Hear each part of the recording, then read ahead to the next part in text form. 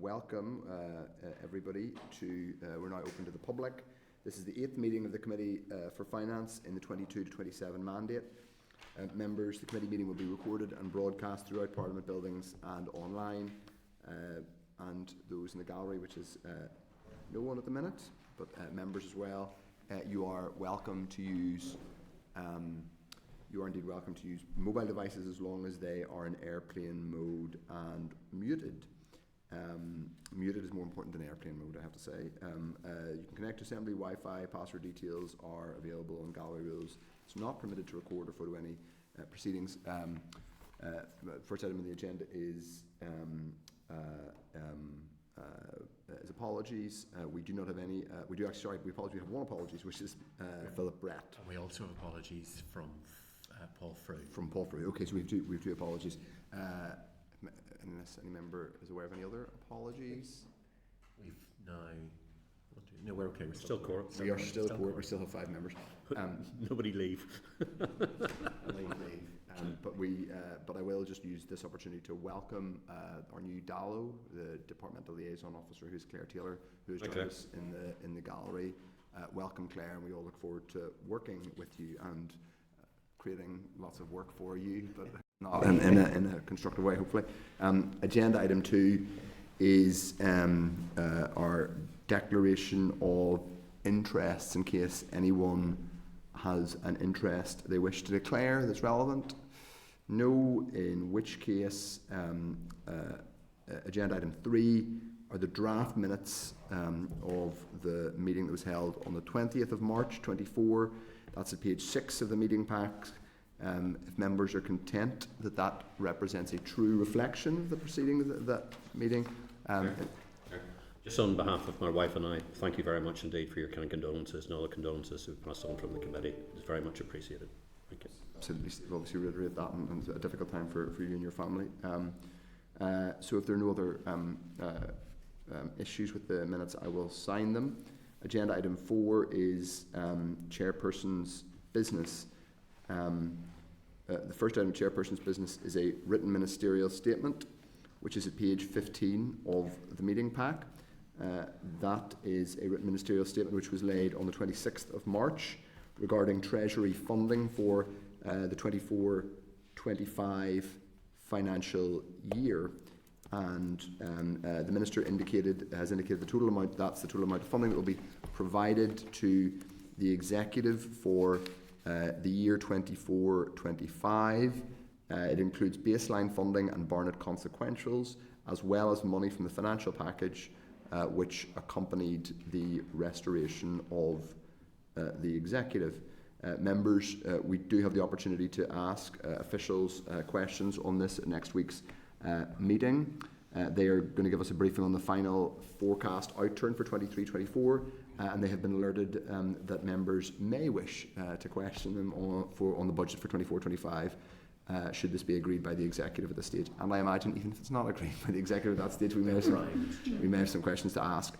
So I don't know if anyone has any comments in advance on the WMS. I mean, the major question I have is where we are exactly with the uplift on the Barnett that has been agreed, and the Finance Minister mentioned it yesterday, that her position is, and I assume all of us would agree with her, that it having been agreed that the 124 should be reflected in the financial package, or in the allocated amount for 24-25. So it would be helpful to get a sense from the department where that is and when they expect it to be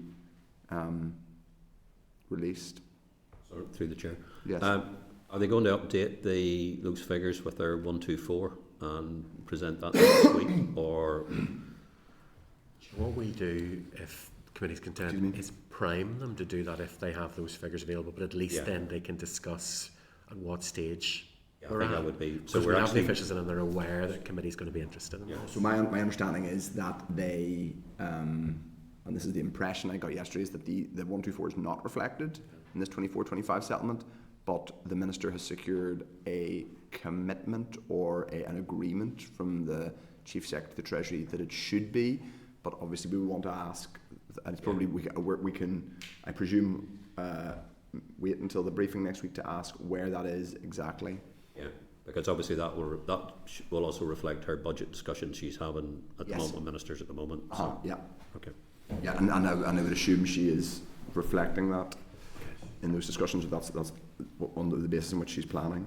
If there are no other comments, excuse me, we'll move on to not agenda item 2, the chairperson's business item 2, which is the Northern Ireland Community and Voluntary, the Northern Ireland Council for, I forget what that, NICVA, we all call it NICVA, so I've forgotten what the exact initials for. Yeah, Community Involvement Association. Thank you, Jerry. Apologies to NICVA, who are an excellent, important organisation, but I forgot exactly what that acronym was for a second. Members, we received this correspondence from NICVA, who wish to brief the committee on issues relevant to the committee's remit. I think probably the best thing, I think I would be very keen to hear from NICVA. It might be best if we get a briefing from them on the 24-25 draft budget when it's published, because that will give them the opportunity to say, that will obviously be in draft, and at that point then other organisations will be able to have their say on it. If people are content, we will schedule that briefing for after we have the draft budget, which we hope will be in the next few weeks. Item 3 is an invite to visit Regen Waste, which is a waste processing plant in Newry. Anybody who wishes to avail of that opportunity can contact Regen Waste directly. Item 4 in Chairperson's business is the Trade, Comprehensive and Progressive Agreement for Trans-Pacific Partnership Bill, legislative consent. The committee has been copied into correspondence from the Clerk of the Senate to the Clerk of the NI Assembly, that's the Welsh Senate, to the Clerk of the NI Assembly regarding the Trade, CPA-TPP. I'm going to have lots of fun with acronyms and initials today, I can tell. Bill. 2 LCM motions on the bill have been debated in the Senate. Consent was given only for some of the provisions within the competence of the Senate, namely Clause 3 relating to public procurement and Clause 4 relating to designations of origin and geographical indications, something we have been talking about in the Assembly in the last few weeks. So, members, we already have a briefing scheduled from officials on this LCM. And we received one, Chair, already. Remember we had that a few weeks ago. We received the briefing, sorry. We have received the briefing from and the Minister is content in principle to lay a legislative motion in the Assembly, but it is subject to agreement by the Executive. We had further correspondence in this regard. It is, from memory, a relatively narrow thing that they are seeking. It's the kind of thing that on the surface might appear to be very controversial, but isn't necessarily all that controversial when you drill down into it. We had the people, remember when we had the officials back a few weeks ago. Just to refresh, Chair, is there a time limit or something like this? There's a time scale in standing orders. There's a time scale around LCMs that we have not met. Yeah. The department has been made aware of that, and we flagged that up, and we're really just waiting now for the executive decision. Part of the issue is, although there's a time scale that ministers are expected to follow in terms of when the bill is laid, there's a time scale starts around bringing forward a memorandum to either say no, that there won't be a legislative consent motion, that you'll not seek consent, or that you will. Yeah. That really can't happen until the executive has made a decision. So that's our understanding, is this is still with the executive. Yeah. So once the executive completes its decision making and we find out where we are, we have set everything in motion in terms of our templates for doing an LCM, and because we've had the briefing, that has made our lives more straightforward in that respect. As the Chair has indicated, the particular trade grouping is not where the core of our trade lies. Yeah. So you were talking very, very small quantums, but the officials were very positive about the potential benefits, just that they would be very, very small, because this is not a trading group that we have a lot of trade with. Yeah. My only concern is, sorry again through the Chair, and apologies for this, but obviously if the Welsh and the Scots have already gone through their process and done it, I've got a suspicion that we're probably right up against heading up towards a hard stop. So I think, well, first of all, it's always worth saying with LCMs, unfortunately, they are just, the Sula Convention is just a convention, and ultimately, if, as we discovered through the Brexit process, I don't think any party represented here supported. There was an LCM on the withdrawal legislation. We didn't support it for different reasons, but obviously it didn't ultimately matter in the end in terms of what the UK government did. That's not to say I think the principle of LCMs is important that we uphold it, even if we're just registering our disapproval, or in this case it may be support. Worth just saying. I mean, point made. I would say that just ask the executive for an update in a timeline. We could do that. It's also worth saying that that separately, the other committee I'm on, the Procedures Committee, is looking. In fact, had an away day this morning where we were talking about LCMs being something that needs to be looked at in terms of assembly process, and both in Wales and Scotland they have amended how they do LCMs, and I think the Justice Minister has flagged a particular issue she is having with process around LCM. So I think it's probably worth us flagging this, sending this any relevant correspondence to the Procedures Committee so that they can factor that into their work. Okay, but obviously we will await further correspondence. Now, item 5 is another legislative consent motion, and one that will be, I think, significantly more contentious. Members, at page 6 of your tabled pack, we have received a correspondence from the Clerk of the Scottish Parliament to the Clerk of the Assembly regarding legislative consent for the economic activity of public bodies (overseas matters) bill. On 20th of March, the Scottish Parliament agreed not to consent to this bill, which is currently under consideration at Westminster. The Senedd Cymru has also indicated that it does not consent to provisions of the bill applying in Wales.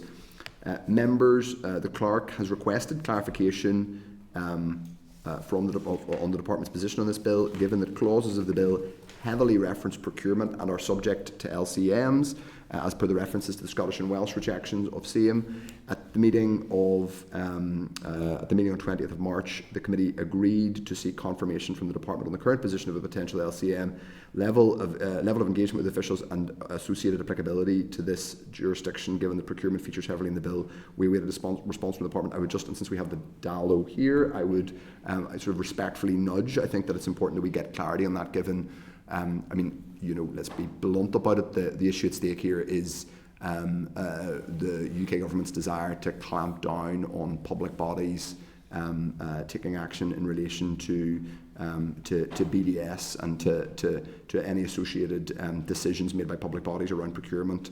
Now, that's not the entirety of it, but that is definitely that is a part of the political motivation, and so I think there is a topicality. So I would, given that we've already asked for that information from the department, I think it would be helpful to get a bit more. One additional bit of business, if I may. I've just received a couple of, or in the last few days, I just received a couple of answers back relating to, and I raised them on the floor of the Assembly yesterday, relating to some of the questions around the Fresh Start ring fence. There does appear to be a discrepancy. Now, I don't think I would not necessarily suggest there's a discrepancy based on anything malign, but I think there definitely appears to be a slight difference of opinion in terms of when departments and ministers were told about what the shape of the financial package from London was, and what funding streams were ring fenced and weren't. I think it would be helpful if the committee was able to write to the department simply to get a clarification based on the two different answers. Now, there are similarities to the two answers, but there are some differences. So if members are content, I think it would be helpful simply to write and ask for clarity on when effectively the Education Minister was told that the unring fenced, that the money for Fresh Start and other monies, including shared prosperity, had been unring fenced. If people are content. Chair, can I just Yes. come in on that one as well? Completely agree. I think that would be useful. I think it would also be useful if the committee was minded to do so, to also ask the department what they now intend to do with the money from which ring fencing has been removed, because it's sort of been referenced that capital monies have been allocated elsewhere, but they've never actually been entirely clear what they've done with that pot of money? I think there is an implication that the money has been reallocated, but not an explicit that it's being reallocated towards a particular project, which is Stroul, and other people can support Stroul and also support the projects that have lost out. But I think it would be I agree, it would be helpful to get that. To get that. And just to say, I'm not sure.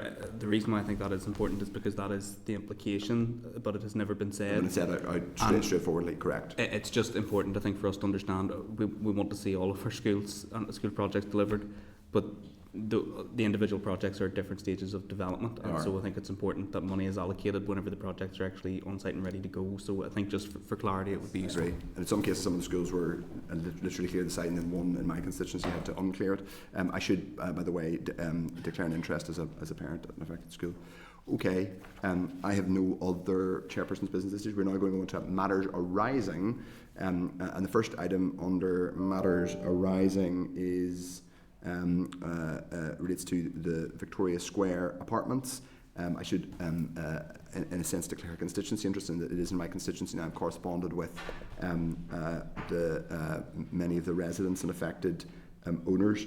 They're not residents anymore. May I declare an interest as well? Some of my constituents own property within Victoria Square and have been raising the issue directly with me, and I've been raising the issue with you and the Minister directly as well. Indeed. So, members, there are a number of items starting at page 27 of the meeting pack, which regard to developments in relation to Victoria Square. Myself and the Deputy Chair met informally with the Minister of Finance on 21st of March to receive an update on the situation with the apartments, and note of that meeting can be found at page 27. Page 27 of the meeting pack. At page 31 of the meeting pack is correspondence from the Minister regarding the payment of rates for the Victoria Square apartments. This was received subsequent to the informal meeting and indicates that the impacted properties will be removed from the valuation list, meaning they will no longer be billed for rates. LPS will also process funds to those who have paid rates since April 2019 and will not take any further action to recover rates arrears on these properties. And I would just put on the record that I think obviously it's our job to hold the Minister to and her officials to account, but I think there was her department did act promptly in relation to this and has taken action that is very welcome, and I think that should be put on the record, not just in relation to removing the properties from the valuation rate but giving them a refund too. I think it's important to acknowledge that. Page 33 of the meeting pack is a memo from the Clerk of the Infrastructure Committee relating to our request to the Minister for Finance regarding clarification on departmental responsibilities relating to amending the limitation order, which sets out the limitation period for claims made under the defective premises order. The Minister's response to this request has now been received and can be found at page 9 of the tabled pack. The Minister has confirmed that the Department of Finance has no legislative role to play in any prospective amendment to the limitation order. Whilst DOF has ownership of the order, any changes to it must be made by the Department with the statutory responsibility for the specific change that is necessary. In this instance, the statutory responsibility currently rests with DERA. However, it has been agreed to transfer this function to the Department of Communities. Such a transfer is made by the Executive Office under the provisions of the Department's Northern Ireland Order 1999. This will be by affirmative procedure, meaning it will require a vote in the Assembly. Once the function is moved to DFC, it will be for that department to lay legislation amending the limitation order under the defective premises order. So, members, if you are agreed to copy these responses to the relevant statutory committees, which are Executive Office, Justice, ERA, Communities and Infrastructure, and the individual who previously corresponded with the committee on this matter, as well as Ulster Garden Villages, which is the charity that has owners. I'll bring Jerry Carroll in a second. I would also say that it would be helpful for us to, in our, it's not for, in a sense, also the Finance Committee anymore if the Communities Department has ownership of it, but it might be worth us at least asking that the community, or checking that the Communities Committee is finding out when this order or this transfer order is going to be laid in the Assembly, because obviously it's critical that obviously that as soon as that's done, they can start to proceed with the legislation. So it would be helpful to find that out, even though it's not precisely our bailiwick. Jerry Carroll wanted to come in, and then Steve Aiken. Yeah, thanks, Chair. Just obviously, I've been working with individuals as others have been on this matter. There's some positive news. The rates rebate as well is welcome, and other measures as well. Just a clarification, Chair, you and the Deputy Chair were in the meetings in terms of the transfer of powers being brought forward. Will that include the changing of the limit, the 6-year limit? And if that is included, then that's good. But if not, can we contact the Communities Minister to extend it to, I believe it's 30 years in England and Wales? This is the legislation. This is the limitation order, basically. Yeah. So I think that's effectively what we're going to try and do is, in order. This has been kind of the heart of it, as you know, Jerry. The limitation order in England and Wales was extended at post Grenfell from 6 to 30 years. In Northern Ireland, partly because we didn't have institutions and there's no one to make the decision, it's just stayed at 6. They're now affected by it. Obviously, they would be comfortably covered by a 30-year rule. In order to make that legislative change, they had to establish who was the relevant department. They've now agreed as communities, so we will ask. I think maybe the right orders for us to say to the Communities Committee that we'd like to know. So can I suggest, as part of the transfer, get the date, and also can we just clarify whether that includes the 30-year? I don't think it'll include it. I think they'll have to pass a separate piece of legislation. Okay. The Communities Minister, Chair, did make a statement about this, indicating that he was willing to take on the function. So what will happen first, the transfer of functions order will come through TEO. That will move the function from DERA to DFC. Then the DFC Minister will need to proceed to develop legislation around changing the limitations. So that will be the normal process. There will be a consultation and so on. Once that completes, and then that legislation is brought forward by the Communities Minister, it'll come to the Chamber. So it'll be two separate processes. So the transfer happens, and then the DFC Minister can prepare the legislation.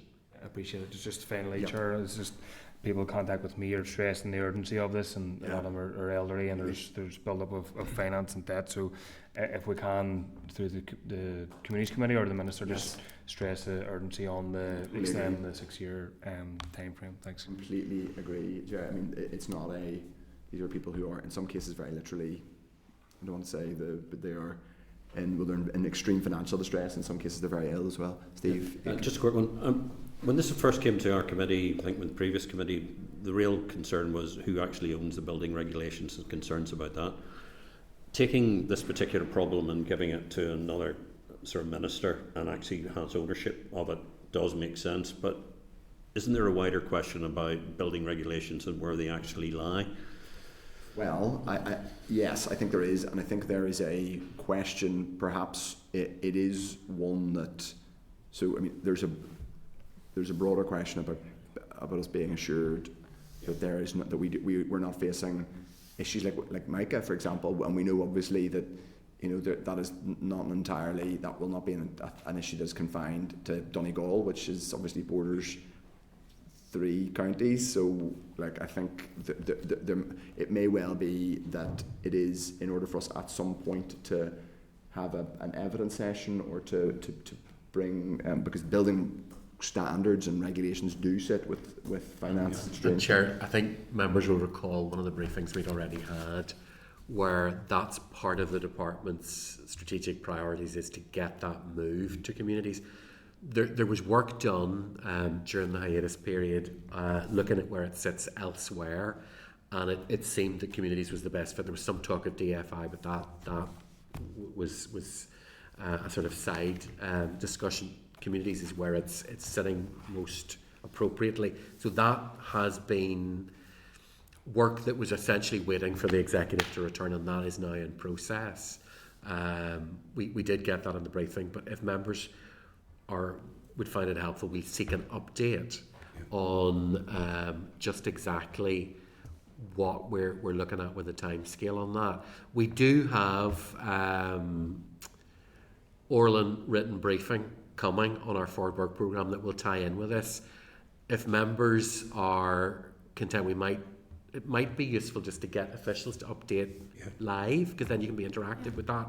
If members are content, we would maybe do that instead of a further bit of correspondence when they can actually come and do that. If members are content if the committee does it that way.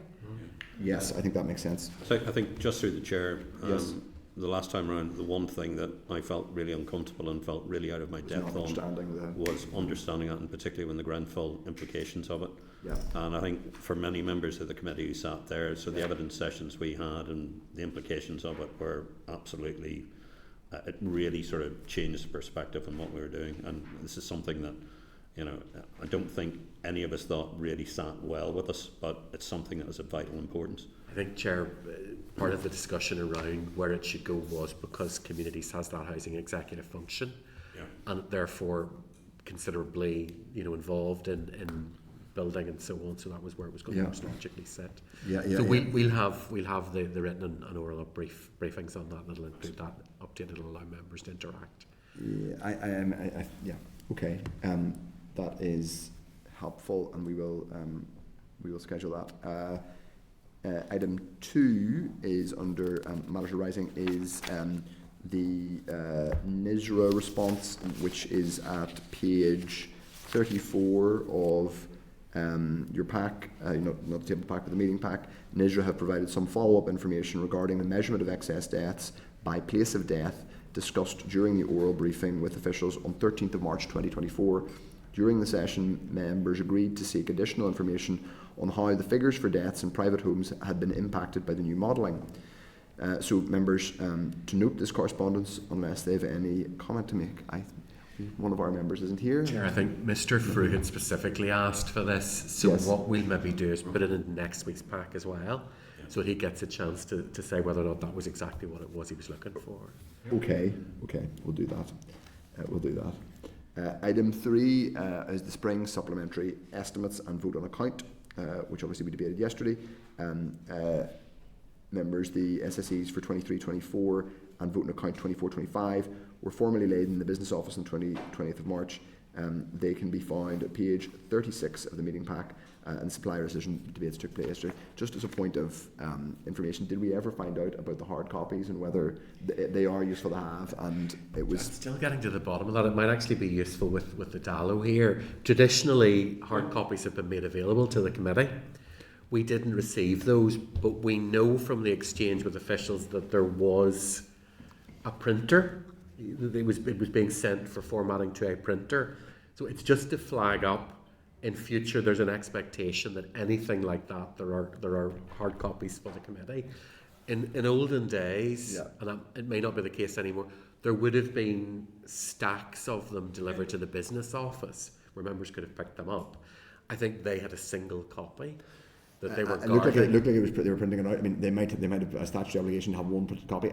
I mean, I think just on this one, it might be that the department made a decision to not print loads of them because there's a saving there. That might be a reasonable thing to do, but I think it's a basic courtesy that they tell us. This seems like small process stuff, but given that they are a useful thing to have, so You not got one? no, neither the Nobody got one. So Just the business if they, I think we should say very clearly that. If the department has made a decision to not print them, then they need to tell us, and they need to be upfront about that, because that's just quite a basic courtesy. And if there was some process reason which meant the printers didn't deliver it, again, I think the courtesy is just to let us know and tell us that that's the case. And it may be that it's a reasonable cost saving, and to get people to print it out themselves, albeit it is actually a thing that is useful to have a hard copy of. So anyway, but we'll leave that with the department and the DALO to take forward. Item that may not have been a decision solely made on the side of DOF. Okay. We'll investigate that further. Okay, we'll investigate that and come back. I just think it's ultimately process, but it's important because it enables us to do our job. And it might be there's a good reason to not do it, but I just think we should be told either way. Item 4 is the Examiner Statutory Rules 5th report. Members at the committee meeting on the 6th of March, members agreed it was content that SR 2024-29, the Coronavirus Act, Registration of Deaths and Stillbirths, Extension Order Northern Ireland 2024, be approved subject to the Examiner's report. The report can now be found at page 357 of the meeting pack. This is for noting, as the Examiner has made no comment in relation to this particular rule. Members, this rule extended provisions until 24th of March, i.e. later, Later in the meeting today, we will consider the further extension until 24th of September, which was initially considered and approved subject to the examiner's report at the meeting on 20th of March. And a reminder, obviously, this is the extensions of this rule we have asked for subject to clarification on this being regularised via legislation rather than simply the use of the Coronavirus Act. Item 5 is the Interparliamentary Forum and Scrutiny of Common Frameworks. Members, at page 365 of the meeting pack, there is a copy of the correspondence from the Secretary of State for Levelling Up, Housing and Communities to the, that's all one department, Levelling Up Housing and Communities, to the Chair of the House of Lords Constitution Committee regarding scrutiny of common frameworks. Members, the department has been asked to provide a date for an oral briefing on the current position of common frameworks from the Department of Finance perspective, hopefully in early May.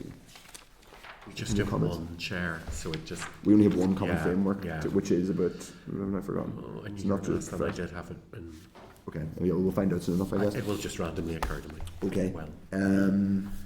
Item 6 is correspondence from the Interparliamentary Finance Committee Forum to the Chief Secretary to the Treasury. Members, the committee has been copied into correspondence from the IFCF to the Chief Secretary of the Treasury regarding the Treasury's lack of engagement with devolved administrations. This can be found at page 367 of the meeting pack. The clerk attended the forum's meeting on the 22nd of March on behalf of the committee. The committee's participation in the forum will be discussed further at the committee's strategic planning session on the 24th of April. Members, the committee wrote to the Chief Secretary to the Treasury on the 21st of February requesting the engagement of Treasury officials. However, a reply remains outstanding, surprise, which is depressing, but unsurprising. It was interesting hearing reflections from the chairs of the Welsh and Scottish committees about their attempts to get a Chief Secretary of the Treasury. I think one might have got one long ago. Apparently they've had much greater success with Michael Gove. Maybe we should invite Mr. Gove. Well, I wasn't necessarily saying that, but perhaps, because he has come before to the Executive Office Committee. Have we asked in the past, did we engage with the Northern Ireland Affairs Committee at Westminster to see if they could expedite this? I know that the Welsh and Scottish committees have done so with their counterpart affairs committees, and that seemed to be the way to go on some occasions. However, they did stress the importance of keeping that careful balance between what is devolved and what is not, and perhaps it might be useful to talk about that at more length during our strategy session. I'm personally tempted that we should write to the NIFR, because I think a lot of what we've been discussing has been the engagement between the Finance Minister, her department, and the UK government. It necessarily involves, and a lot of them talk to the Fiscal Council too, has been a judgment about the UK government's prerogative, what they say, what their view about how, for example, you calculate need, or when you might increase Barnett consequences along the lines that have already been agreed, or a whole range of other things. I think it's totally legitimate for us. Like, we're not asking for them to come and talk about how the Department of Finance manages devolved expenditure. We are asking them. I would personally, if members are agreed, be very keen that we write now to the clerk of the Northern Ireland Affairs Committee in strong terms and say we have now been given the high priority put on it by the NIO and the Treasury to get the devolved institutions back, and the stringent conditions they attached to return. I think it's entirely legitimate that we write to the NIAC. At the very least, they will be able to put it on the record and get a response to a Westminster Committee. And I think Owen Tennyson wants to come in, and then Steve Aiken. Yeah, no, Chair, just say I entirely agree with your assessment that we should write. I think this is becoming hugely urgent, actually, and starting to become quite concerning. Following the debate yesterday, the Minister, as I understood it, said that she was still effectively waiting for Treasury to even agree to a substantive process of negotiation with her. Now, given that we're looking into a comprehensive spending review in 6 months' time, maybe just a little bit longer, there's a real impetus for us to have a lot of this thrashed out, at least at official level, conscious that there may be a new government by the winter. So if we don't get some kind of engagement out of Treasury, even with the Minister, pretty soon, and with the committee, we could be in deep trouble. Completely, Steve. Two things, yes, fully agree with your approach, Chair. Second one is, have you arranged to meet with Kenneth and Peter yet? Your Scottish and Welsh counterparts? No, I wasn't able to attend the previous IPCF, IFCF. Again, more fun with acronyms, but that is an action I will take forward, that I will engage with them separately. But Peter we were represented by the clerk. Chair, as well, we'll talk about this more at the strategy session, but it's our turn to host. And we would be very keen to move that forward. So we want to sort of write that into our forward work programme, and we will bring plans around that to the strategy session week after next. I know that the Scots and Welsh are very keen to engage, and there was very much a similar situation to what you recall at the other interparliamentary forum, where everyone expressed delight to see me, and it was quite perturbing. What are you looking? But certainly they are super keen to engage. Great. So. Just another one. So I'm at BIPA next Tuesday and Wednesday, and one of the BIPA questions was about sort of getting the devolved administrations and the Irish to talk more about sort of finance and the rest of it. And if the committee were content, I'm more than happy to take that offline to see if we can sort of further that sort of relationship. Certainly informally making contacts would be useful. Yeah. Okay. If you feedback. Thank you. So if we have an action then is to write to the, if that's okay, Clerk, to the NI Affairs Committee Chair. Chair, it actually fits in with correspondence we'll get to later on, Great. where they have done a report around budget, etc., and funding, and there's an open invitation there to exchange, so it kind of fits well with that. Great, okay. So item 7 is Hansard transcript of ministerial briefing. At page 370 of the pack, Hansard have produced a transcript of the ministerial briefing from Wednesday 13th of March. That's just for noting. As is item 8, which is Hansard transcript of the SSE's briefing, which was on the Wednesday the 20th of March, and is also for noting. Now, agenda item 6 is SR 2024-57, the Coronavirus Act, registration of deaths and stillbirths, extension number 2, Northern Ireland Order Northern Ireland 2024. Members at the meeting on the 20th of March, members agreed they were content with a statutory rule to extend the expiry date of the temporary provisions in the Coronavirus Act 2020 in relation to death and stillbirth registration until 24th of September. Members were content on the basis that no further extension would be necessary. The reason why no further extension would be necessary is the relevant department confirmed, or NISRA, I think, we had confirmed that they were, which is obviously an agency of the department, that they were going to produce a standalone piece of legislation rather than rely on the Continuing Coronavirus Act. This agreement was also subject to the report of the Examiner of Statutory Rules. The Examiner has now published her report on the rule and has not drawn any matters to the Committee's attention. Full details can be found at page 409. Members had agreed in principle to this SR at the last meeting, subject to the Examiner's report. As the Examiner has raised no issues, the Committee will move to agree that it is approved by the Assembly. So if members are content with the statutory rule, I will put the question that the Committee for Finance has considered SR 57/2024, the Coronavirus Act 2020, registration of deaths and stillbirths, extension number 2, Order Northern Ireland 2024, and recommends that it be approved by the Assembly.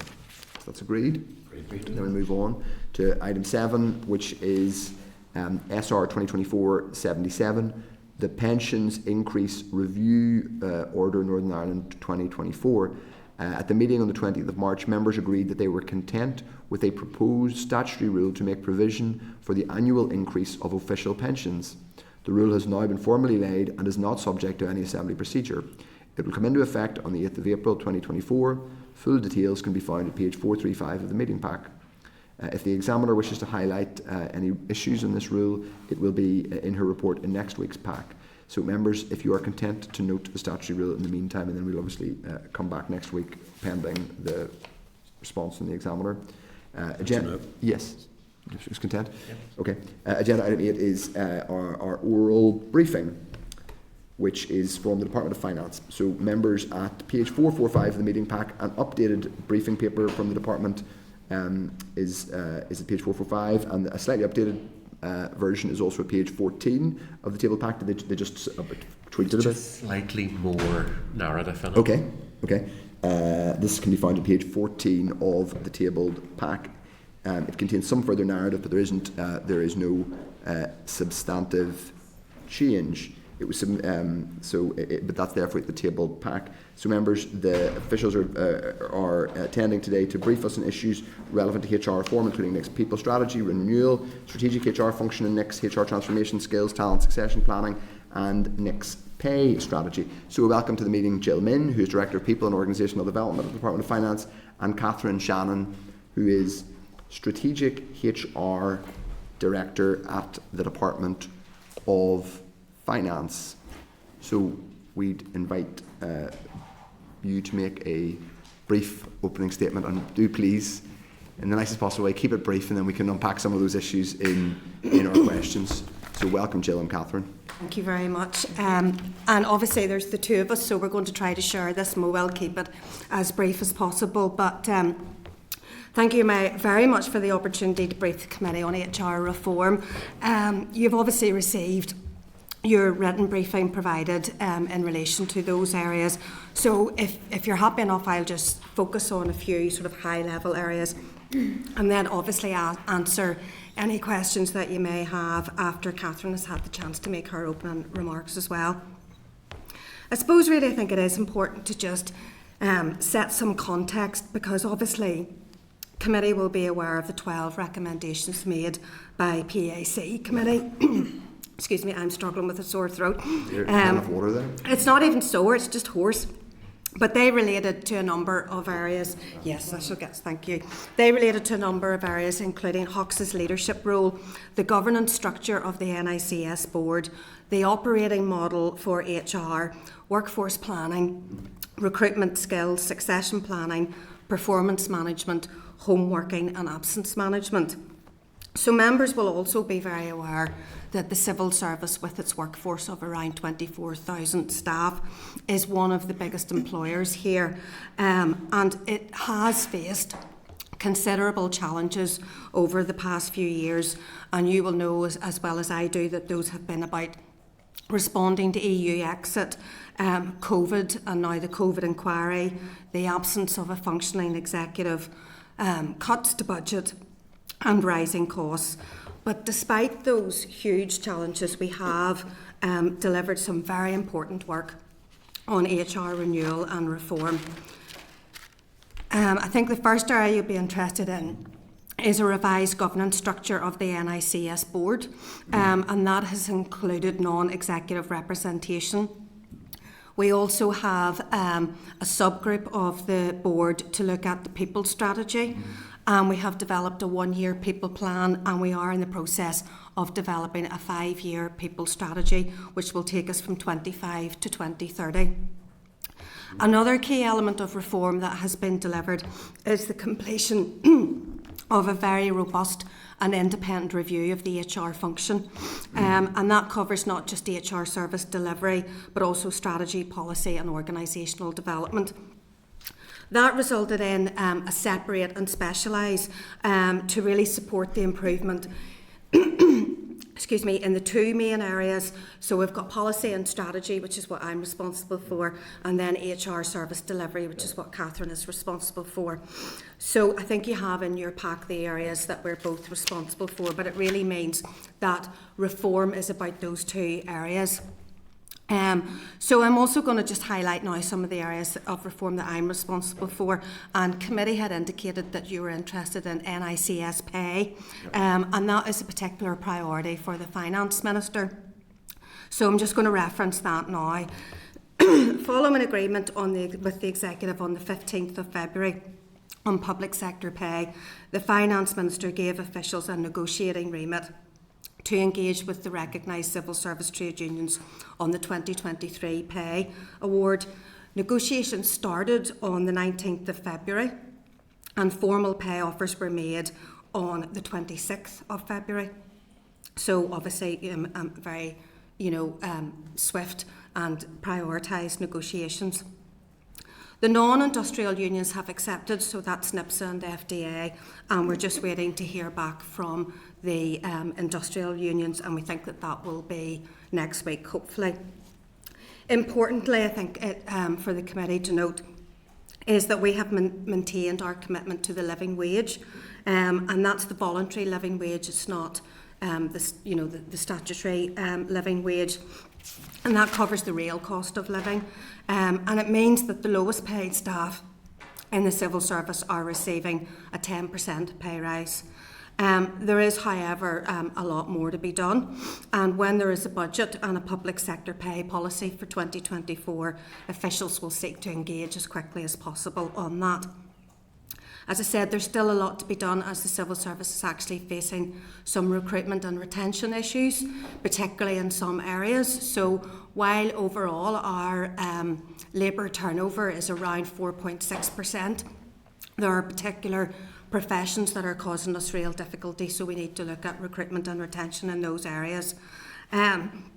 So going forward, what we're doing is actually developing a Northern Ireland civil service pay strategy, and that is looking at the whole value proposition, if you like, in terms of not just civil service pay. We have already had discussions with trade unions about a longer term pay award, so perhaps a 3-year deal. Rather than doing it every year. But in addition, this strategy will actually look at all the other pay and benefits and look at any areas, like any areas of potentially gender, where there's an area with gender. It'll also look at equalities, it'll look at benchmarking with other organisations, not just the public sector but also the private sector. So that is a big piece of work for us going forward in terms of pay. In addition to the work on the pay strategy, we have done a huge amount on HR policy renewal, linking back very specifically to the PAC recommendations. We have a hybrid working policy in place. We also have a new guaranteed interview scheme, which is around removing barriers in the recruitment and selection process for people with disabilities. And in 2022, that was applied to 141 competitions, and 955 job applicants availed of that. We also have a new apprenticeship policy, and that is very much around trying to expand civil service apprenticeships and look at more routes into the civil service and career paths. We have new policies on recruitment and retention allowance, employee mobility, internal movement of staff, reasonable adjustments and ring fencing of jobs to those furthest removed from the labour market. Renewed policies on grievance, dignity at work and discipline are at an advanced stage. And the 3 big policy areas for us next year going forward are going to be performance management, resourcing and recruitment, and sickness absence. So in terms of, if my voice holds up, in terms of talent management and that aspect of HR reform, we have a number of products that have launched, and that includes a talent management toolkit, a learning bundle to support development discussions between staff and the line managers.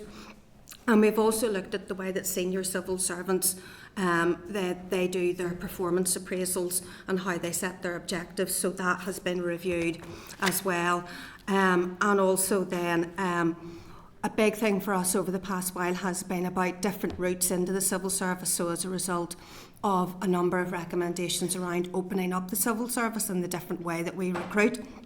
So we now have a new graduate management development programme, very much like the GB fast stream, but we designed our own. We used to piggyback on that scheme in GB, but now we have our own, which is sort of very similar, but also like the Scottish model. And in that we had, when we first ran it, we had 2,916 applicants, and we have 36 participants in that. It goes every other year, and we have just come to the end of the second year, and the feedback has been extremely positive, and they're in a range of areas. We also have a student placement scheme with over 100 placements provided, Civil Service Skills Academy, which provided 64 jobs to those at level 5 qualification who were mainly unemployed or underemployed, and we are expanding apprenticeships and trainee schemes, such as the new operational delivery apprenticeship scheme. So, apologies for the croakiness, but in closing, I suppose just what I would say is that, in terms of my bits, is that a lot has been done, but there is a lot more to do, there is no doubt. We have a lot planned, and you will see that coming through the 5-year people strategy and the 1-year plan, and it's very much around the sort of employability schemes, job start schemes, targeting. We're also an employability scheme that will be targeting young people leaving care, and we will be offering around 150 places at scheme in employability schemes, various schemes, to those furthest removed from the labour market. Taking forward our pay and reward strategy, and very much focusing as well on our 2024 diversity and inclusion action plan, which also focuses on mental health and trying to get some better monitoring and reporting data. And again, as I said, focusing on that policy review programme. And finally, workforce planning is an area that we have focused very much on the senior civil service, and trying to make sure that that cadre of staff is, if you like, the right shape and size. But we will also be taking that work further and looking at a review of professions in the civil service and career paths. And then we've commissioned a piece of work for the people strategy, which is about looking at what are the skills required for the future. So apologies, that was a bit of a whistle stop and croaky. I'll let you go and have a glass of water, Jill. Thank you. And I'm just going to hand now to Catherine in terms of... Okay, thank you, Jill, and Chair, Deputy Chair and committee members. Thank you for the opportunity provided to set out the next HR journey in relation to HR reform. So I took up post as HR Director for Next HR in November 2022, and I lead a team of approximately 397 staff. Our remit has evolved since I came into post, so we've taken responsibility for the HR Connect management team in January. Pensions Division came across to Next HR in May 23, and more recently, following the review that you'll have seen referenced in your pack, HR litigation, the grading team and end-to-end recruitment have come across under Next HR's remit from April 24. So our management team includes 4 specific areas: resourcing, pensions, EROHS and our HR business partners. Again, as highlighted in the briefing paper previously shared with committee members, Next HR delivers HR operations shared service for all government departments. And along with developing and delivering a significant service improvement agenda, and hopefully I'll give you a bit of a flavour of that, the work that we've done in the year to date, and then what we plan for the coming year and beyond. We provide operational HR advice and guidance to all government departments. Both as part of our modernisation and our transformation, we've adopted a 3-stage approach in our journey to reform. We want to stabilise our services, we want to develop our services, and then we want to grow. We recognise the significant challenges faced by Next, and our focus over the last year is for all of our divisions to ensure that we stabilise, to provide, or ensure we provide the service that our departments need and the service that all 24,000 civil servants need. We meet with department boards on a regular basis, either as a senior team or individually, so that we are visible, collaborative, reactive, with the support of our strategic business partners who work on a daily basis with our department colleagues. We receive feedback from our department boards and senior teams on what we're doing well, so that we can build on that, but also where we can improve. We've also reached out to other jurisdictions, and again, really, key for us to learn from others, including the UK Civil Service, Welsh Government, the Irish Civil Service, as well as the public sector locally, including our health and social care colleagues, I suppose from personal experience, having worked in Belfast Trust for over 20 years. I suppose a number of key areas for improvement in all of those engagements have been highlighted to us: our engagement with our department colleagues, Next board colleagues, and indeed some members of the Finance Committee. These areas include resourcing, occupational health, the speed and timeliness of some employee relations processes, and learning and development. As Jill has said, Next HR are leading on the development of the new Next 1-year people plan, which will reflect some of the work that we are progressing. Included in that is a more streamlined and timely recruitment processes, a new and improved model for the delivery of occupational health services, and very much a focus on our staff's health and wellbeing, developing the potential of all civil servants. I think it would be useful just to provide committee just with some key highlights of the planned improvement activity over the teams over the coming year, and some of the work that we've done to date. So in terms of resourcing, our resourcing division is responsible for delivering the operational resourcing services, recruitment services across NICS. Over the last year, between April and March, we've worked with departments to fill 1,836 vacancies from a range of competitions, and we are currently managing a caseload of 100 plus competitions at various stages of the recruitment journey. Our focus for 24-25 will be to improve, simplify and speed up the recruitment processes and ensure a more streamlined approach. We are currently end-to-end mapping our recruitment process to enable us to identify areas for improvement and for us to develop KPIs so that we can actually manage and monitor our performance and report on our performance. Work is ongoing with our departments to develop innovative solutions to meet their needs. For example, talking to our prison service colleagues, looking at rolling recruitment campaign for prison officers, use of technology to interview over 2,000 staff and potential staff for our Department for Communities, amongst others, so trying to be as reactive as we can and supportive to our departments and their needs. And we're continuing to engage with our colleagues, and I know Paul Duffy was up more recently, through the Integrate programme for the long-term transformation of the HR service. Our employee relations team works closely with the departments, and again to ensure the delivery of the policies that Jill has talked about, and it's from everything from providing advice and guidance and support for sickness, absence, performance management, grievances and dignity at work. We've recently developed an XHR wraparound service to support our departments, where we've identified a range of issues impacting on our employees.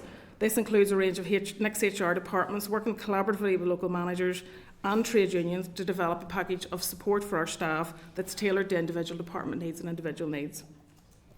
A key focus for us for the coming year is supporting the health and well-being of our staff, enabling them to remain in work or return to work as quickly and as timely as possible.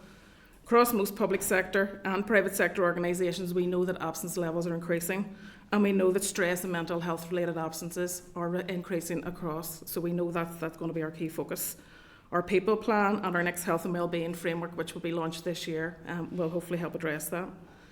Over the last year, we've made significant progress within the team, and that will enable us to ensure the consistent management of absence and reductions of absence levels.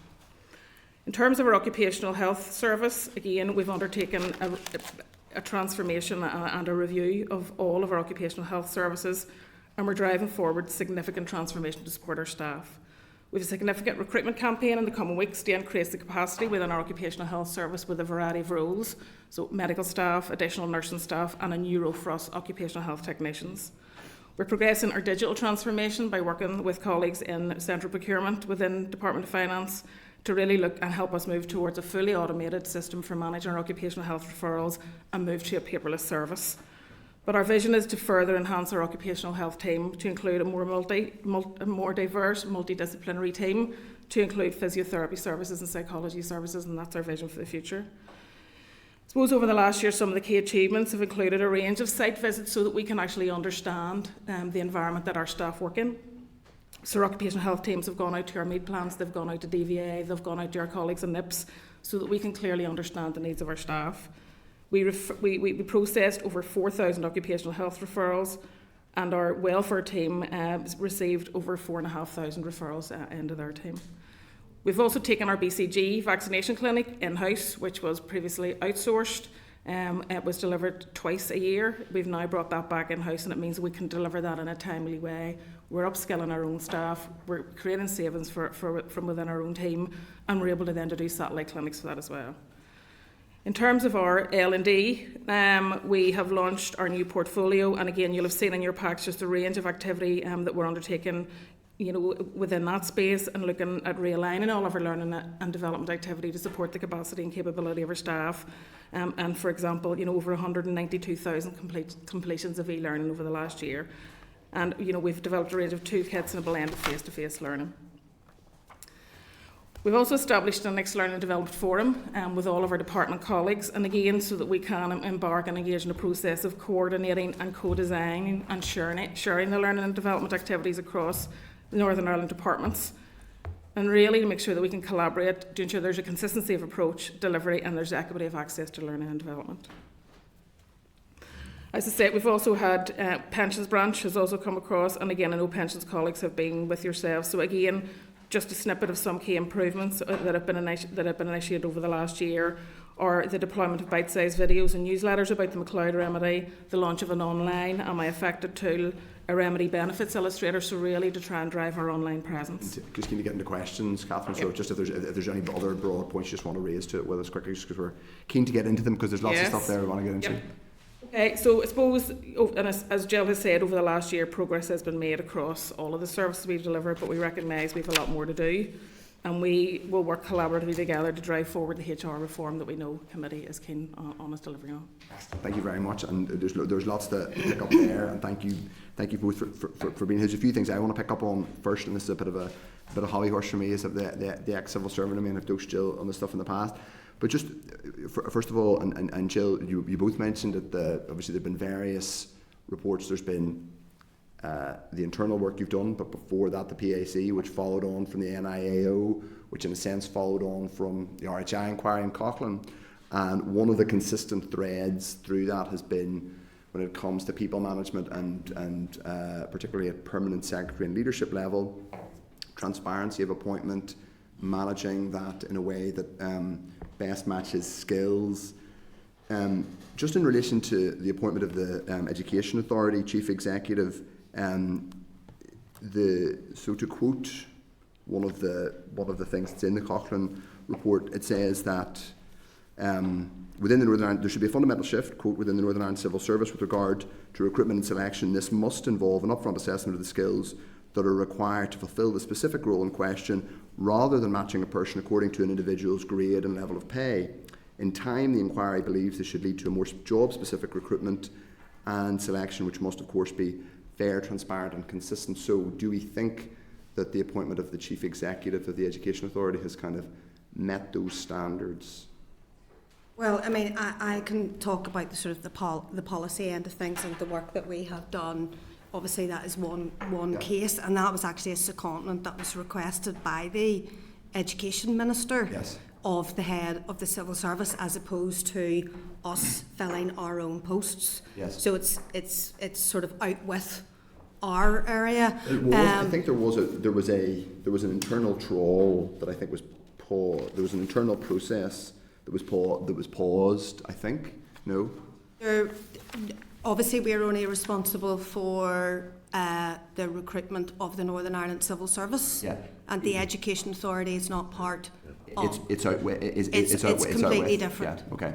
So our policies are such. So you're completely right. The RHI inquiry made a number of recommendations, which were then followed up by NIAO, expanded on by them, and then into the PAC around recruitment and moving much more to. So rather than having the promotion boards in the civil service and going through it like that, there were two folds to it, which was really about opening up the civil service and hence externally advertising jobs in the civil service and different routes in, apprenticeships, trainees, graduate schemes, all of that, all of which I've outlined. Then in addition to that, there's internal mobility, and the internal mobility of civil servants. At the minute, that is really only around the senior civil service, and there have been different mechanisms and a much more robust and rigid approach, fair and open, transparent approach to the movement of senior civil servants. But the case that you're talking about, Chair, is a request that came from the Education Minister to the head of the civil service around filling the role of the Chief Executive of the Education Authority, which is not a post within the civil service.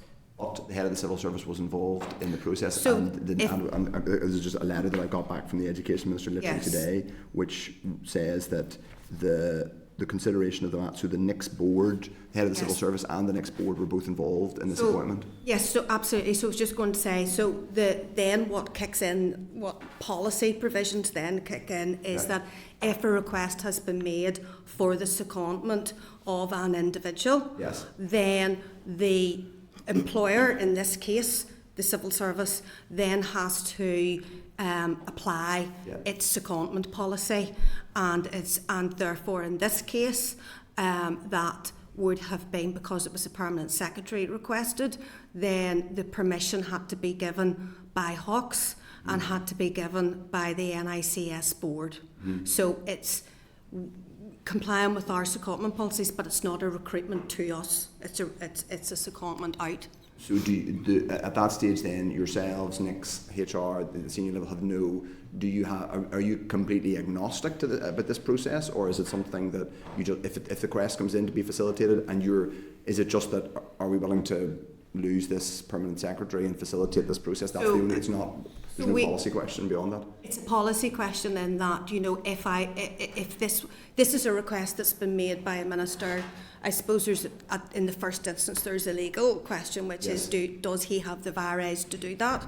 Yes. And if that's a yes, then it is. And if that's the case, what are the main policy provisions that pertain? And we would advise Hawks, or if it was a different level, whichever level it was, here's the things that you need to consider. But ultimately it's a business decision, but that decision was primarily a decision for education. Would it be fair to say, though, that if the decision made that this chief executive was going to be appointed at a permanent secretary level, that the grading decision was that this is, would it be correct to say that Nick's HR policy now, particularly post-Cochrane, post-NIAO, would be, this is not an optimal way of appointing somebody at this standing, that you do neither an internal troll nor, let alone a full external process? If it was the permanent secretary of the education department or another department, I presume your advice would be there should be a fair, open, transparent recruitment. Well, it would, we were not, and nobody in the Northern Ireland Civil Service, in terms of HR professionals, advise or indeed have any remit to advise the Education Authority on how they should fill their post. But what we do have an obligation to do is, if a request has been made, then we will advise, if that request has been made and everyone is minded to do it, here are the policy provisions that you should comply with. I completely respect that you don't have a vires or responsibility to the EA in that regard. That is completely understood. My question is, if theoretically that the vacancy that was filled via secondment in that manner in the Education Authority was in a department, would your advice be that's grand, go ahead with it, or would you say actually we would prefer a full, open, transparent process, including either or possibly both an internal troll and an external recruitment? So my general advice always is that there should be an open and transparent recruitment and selection process on the basis of merit. Yes. That is appropriate to all the circumstances of the case. But it is a very hypothetical. So I can only sort of say, I'm only asking you the hypothetical. But the advice is that the clear civil service position is that vacancies should be filled via open competition based on merit. In the civil service and the Equality Commission and all of those, that is what they've said. Okay. But, however, there are circumstances in which you would say this may be or may not be. There may be a business case, there may be a particular set of circumstances where you're saying these are so exceptional. Okay. These circumstances are so exceptional, whether it's like almost special measures, special circumstances, they're not repercussive, it's not a normal set of circumstances, and therefore a particular approach needs to be taken. If that is decided, then you go through the processes that are most applicable in that set of circumstances. Okay. Now, just on the point about permanent secretaries rather than the EA, there has been a fair bit of churn at leadership level. We know that since the last time we were here sitting, it can feel a bit like, and this is not to criticise the quality of the people involved, but it can feel a bit like sort of trying to remember which person's in which chair. Someone was at this department, but actually they swapped with another person, they're at that department, and they're all permanent secretary level. Are you comfortable that those jobs are being filled in the most transparent way, and that we're not falling back into the trap that was highlighted at the time of RHI of people simply filling chairs because they're at that grade? So I personally think that recommendation the way that I reviewed or Yeah. felt that recommendation, it was largely around the fact that there in the past we had taken a very general service approach Yes. to filling huge amounts of jobs. So we would do promotion boards Yes. for grade 7, grade 5, all SODP. Yeah. And what we weren't doing was then saying, but actually this is a policy job and this is an operational job. Yeah. And this is Right, okay, yeah. And I think that it was the overall approach, which is really what we are moving away from, is that there's still very much room for that large scale general service approach, but we are much more about matching skill sets.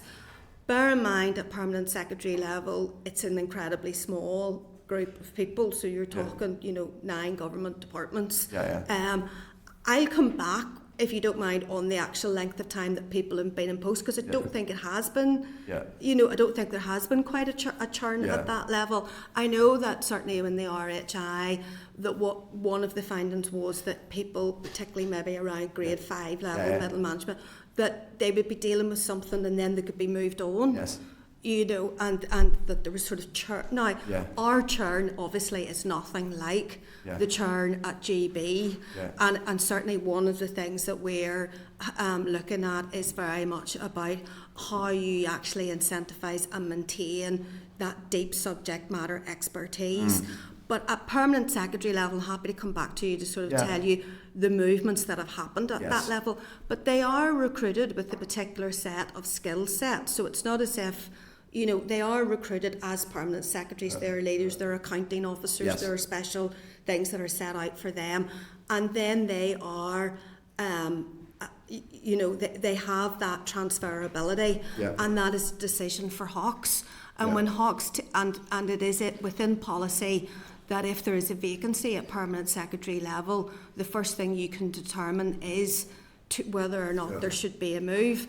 And that is very often around people, but how long they have been in post, the nature of their experience, the agenda that's within departments. Fair enough. And I think that is it. I do think that has been a transparent. There are accounting. What you're saying is there are accounting officer skill sets that are distinct at that are a product of leadership at that grade.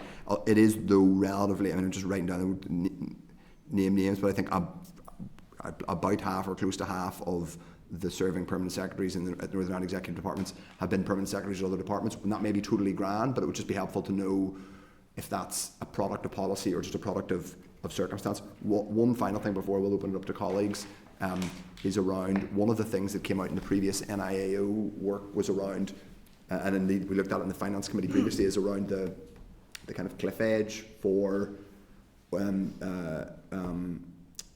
basically the age profile of the Northern Ireland Civil Service, it being 80+% over 55, I think, which obviously particularly if people are taking early retirement, that then becomes an even more sudden thing. And obviously I think probably people I probably expect to be working far beyond 55, hope to be, but like a lot of people will be thinking about retirement then.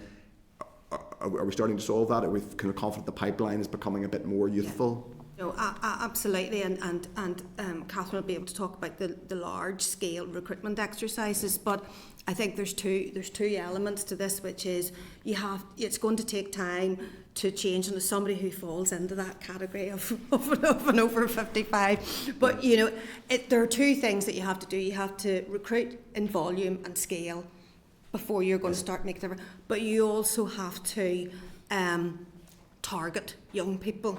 So you have to, and that's where we're putting in the graduate programme, the traineeships, the Job Start, the Civil Service Skills Academy. Those are the types of things we're looking at the data from those, and when you look at that data, it's very clear that it's those young people that are applying. So, but it's not going to happen quickly, but it is happening, and a big piece for us is about when we get to really properly look at workforce planning, and that's where we're starting with the SCS, which is they're the oldest, they're the ones that are going to go, and how are we planning for that?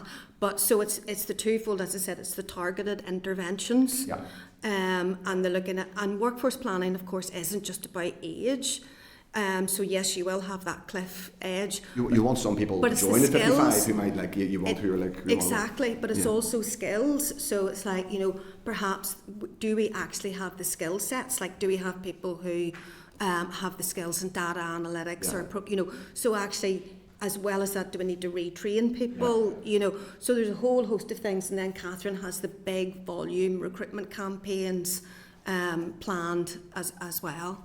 Like I'm very given I was pushed about things like what we call our party called the Make Change program. We think it's really important that you do that, and I think that recruiting people into public service is at least and probably a lot more important than getting people into politics. Not that people in politics isn't important, but you need to have people enthused about delivering it. And that's actually a big element of the pay strategy. So it's not just about what we're paying our existing staff, but it's like what is the value proposition to people, and you know, and what is that about, and the cultures and the behaviours and the whole package, if you like. So, and a lot of these things are you know, really interlinked. Okay, Diane Forsyth. Thanks very much to you both for coming and for the really important work you do. Matthew, you had sort of touched on it there, but you know, we're here making decisions and setting directions for government, but it is the work of the staff in the departments that actually delivers it. So the management of that and the HR is just critical, and sometimes I think that is overlooked, the importance of this actual role. Jill, you had mentioned that there were difficulties with particular professions in terms of recruitment and retention. I just wanted to ask what areas, which professions you were talking about, and what sort of level of shortage that was? So they're particularly vets, IT profession as well, and some engineering perhaps, I think, but vets and IT are the ones that would jump out the most. What sort of level of shortage would it be? It really is almost, it's just actual numbers, so it's not even as if it's particularly at, you know, a certain level or anything. It's just that, and that goes right back. Some of the things will go right back when you speak to the professions. Some of them will go right back to where, you know, we're not actually producing, we're not training enough people, there are not enough people going into that profession from college, and you're almost then working with colleges and universities, and that's when you're really into the apprenticeships and the trainees, because you're thinking, well, actually, okay, I know it's not a quick fix, but we're going to have to start growing our own. So then that's when you start to work with the heads of profession. So there's two things, probably sometimes it's money, and people will just move. So as I said, our overall turnover rate is 4.6%, but in some areas that could be way higher. So they're moving maybe for more money. So that's where the recruitment and retention allowance comes in. So if there is a business case and it goes through a very robust business case, there are some areas where you might have to pay a market rate to get those professions, and that's very robust. So that's one element. And then the other element is about working with the schools, colleges and universities to try to, and then working with the people in here, the heads of professions, to say, well, could we get a new traineeship scheme? Could we, you know, do something around that? So those are sort of the three elements. There are probably others, but the main ones that I think seems to be vets and IT. Thank you. And in terms of the general level of vacancies, like it's quoted quite often, you know, in recent times, where you're saving money, it's maintaining the vacancies, but the effect of that is so incredible in some departments. I just wondered, what's the general level of vacancies across the departments, and who would be hit the worst? I suppose in terms of vacancies for departments, they would manage their own vacancies and have that information in terms of their own vacancies, but just in terms of sort of once a vacancy is requested from next HR, then we would track that. So I mean, we're working with about 3,147 active recruitment exercises in terms of vacancies that we're seeking to fill. But as you say, some departments may have vacancies that they're not filling for a variety of reasons, and budget could be one of those. So really, from an XHR and a DOF perspective, as soon as someone raises a requisition for a vacancy, then that's where we track that. So that's the information we would have. But departments then would have their own information on the actual vacancies that they may not have raised yet or not sought to fill yet. But I suppose that ultimately then does have an impact potentially on temporary promotions within departments and the agency spend within departments as well. So it will be for a variety of reasons. The vacancy levels will be different, but from our perspective, we track as soon as a vacancy is actually raised for us to recruit to, and then we're sitting with just over 3,100 vacancies through various stages of the recruitment process. Thank you. And I just had one more question. It was around the hybrid working policy you had mentioned. I just wondered, do you have an idea of what numbers or percentages of the jobs in the Northern Ireland Civil Service that are unable to be under the hybrid working policy? How many, how many employees you have that aren't able to avail of that? No, we don't have the numbers in terms of those jobs that we can't, but we do know, we'd probably be able to identify the actual jobs, because we know that a lot of the jobs can be, and the policy is not prescriptive. It's up to the department and the business areas to determine, a workforce agreement around the nature of the job. But the front line, well, I was going to say front line jobs, but actually even jobs and benefits offices and all of those can be. But it'll be the sort of probably the industrial staff. Now the industrial courts and prison service as well. So it's just where you actually physically need staff to be in the office. So we could provide you just some overall sort of indicative areas where we know that there are around 400 industrial, and then if you add on, there will be other jobs. But some jobs can be done very remotely, if you know what I mean, and others you would have like a workforce agreement that might have them in more often or whatever.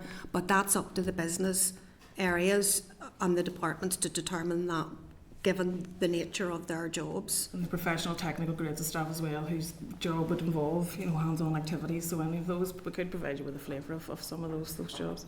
It would be good to get a bit of an idea. It's just it's something I get raised quite often through the constituency. People can't access people to speak to, where they traditionally would be used to going into different civil service premises, meeting frontline staff, and they're not really able to do that on a number of different days of the week. So I'm presuming that it comes across into this, because obviously the people are still employed doing it. It's hybrid. You're emailing people, you're phoning them. So I just wondered what level of people are required to be in work every day. Yeah, so there isn't a standard that's set. It's not, the policy itself is not prescriptive. The policy is purposely saying the departments know their business best. So, whatever department it is, they will know how they want to provide their service, but they have to determine a work style agreement, and that has to be based on business need.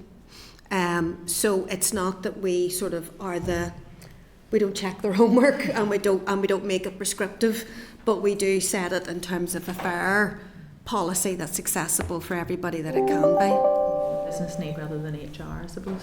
Thank you very much. Okay, Jerry, Carol. Thanks for the presentation. A couple of questions.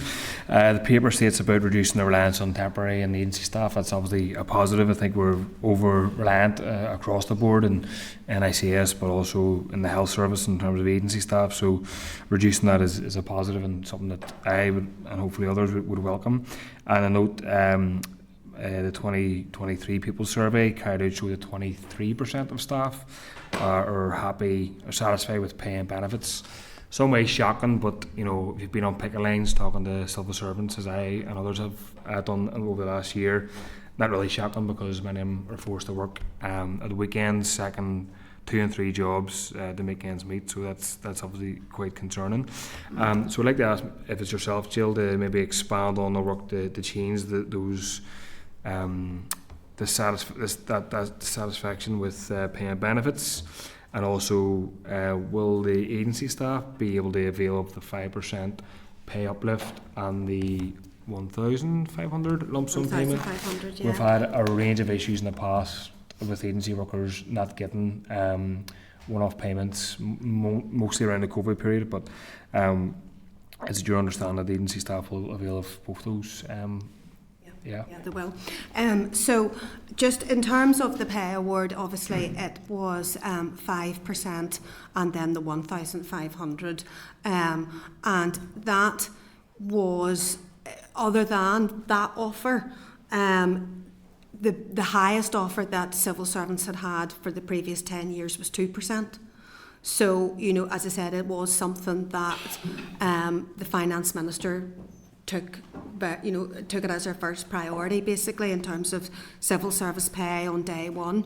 And NIPSA is by far the biggest union, and NIPSA has accepted it, though they have raised with us, and we've had a very good meeting with them, and we will have with others around is there potential to have a longer term pay deal which will help Yeah, 3 year that. thing, yeah. And if it was, and then the other thing is potentially to change the time of it, because it's August, it's out of line with everybody else. So actually, might we have a 6 to 9 month pay deal and then a 3 year pay deal? So that's interesting, and we're going into that.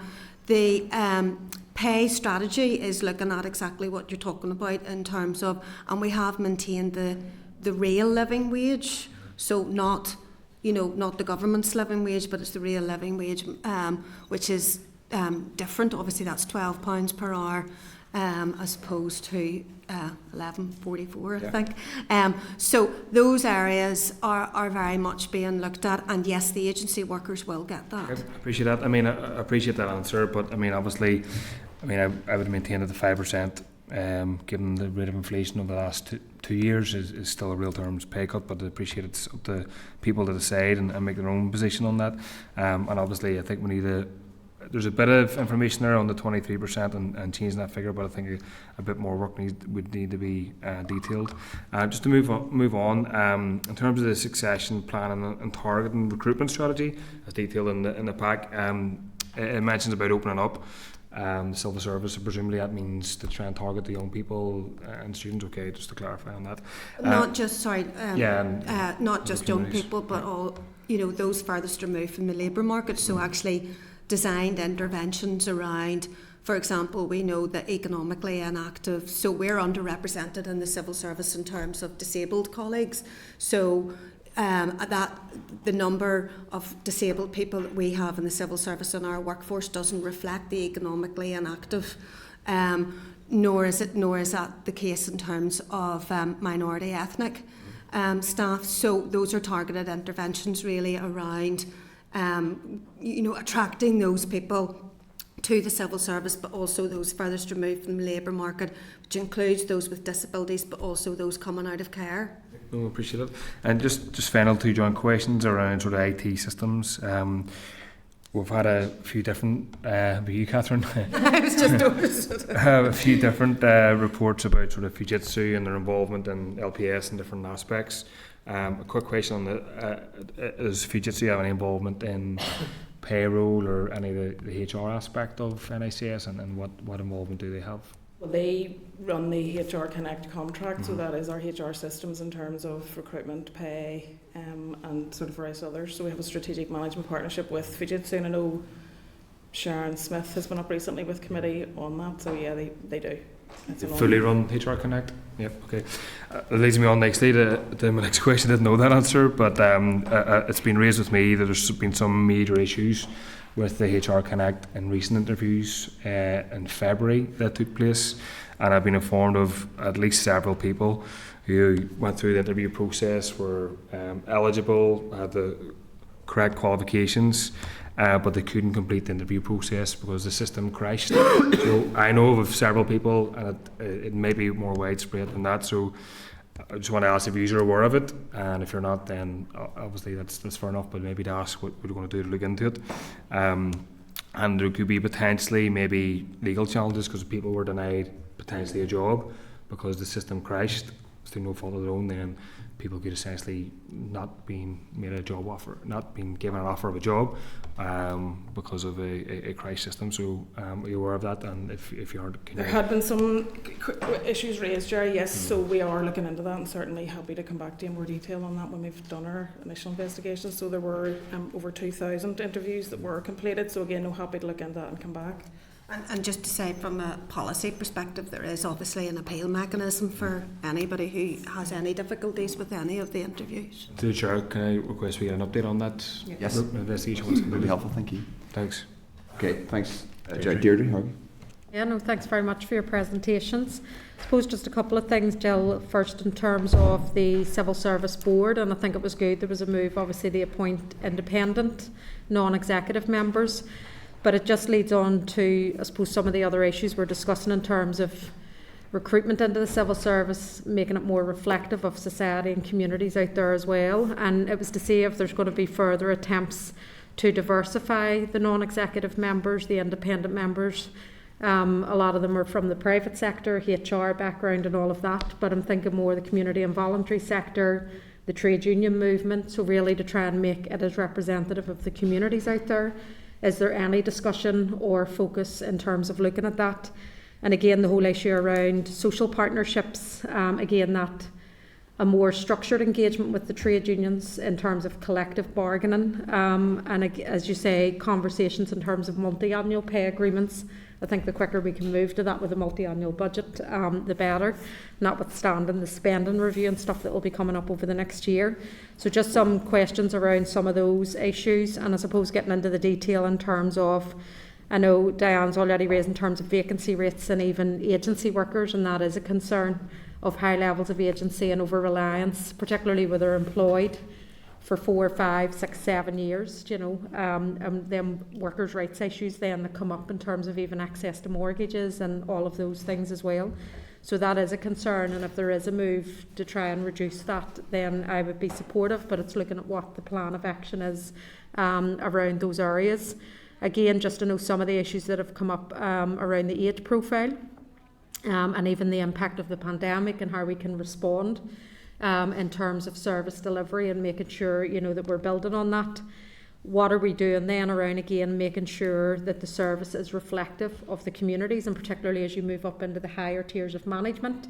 So from a class perspective, a gender perspective, an ethnicity perspective, disability, what work are we doing then to make sure that the civil service in its entirety, from the front face into the management, is reflective of society out there in terms of addressing the overarching issues? And just would agree on the issues around the Job Start programme. I think that has been a really good programme in terms of how the civil service has used it. And if there are concerns, as you say, in terms of the vets and IT, and there may be other areas, I mean, we know even within health and social care and social work, there's massive vacancies there. Again, just what work we are doing then, or you are doing, I know you mentioned education, but what are we doing with the community and voluntary sector then more broadly? Obviously the 11 councils had the labour market partnerships, and they're doing skills academies. So is all of this being aligned? Is there synergy? Are we talking to employers more broadly as well in terms of looking at recruitment and retention and making sure that it's representative then going forward? So just a wee update on some of those works. If you don't have it all, we can follow up after. So.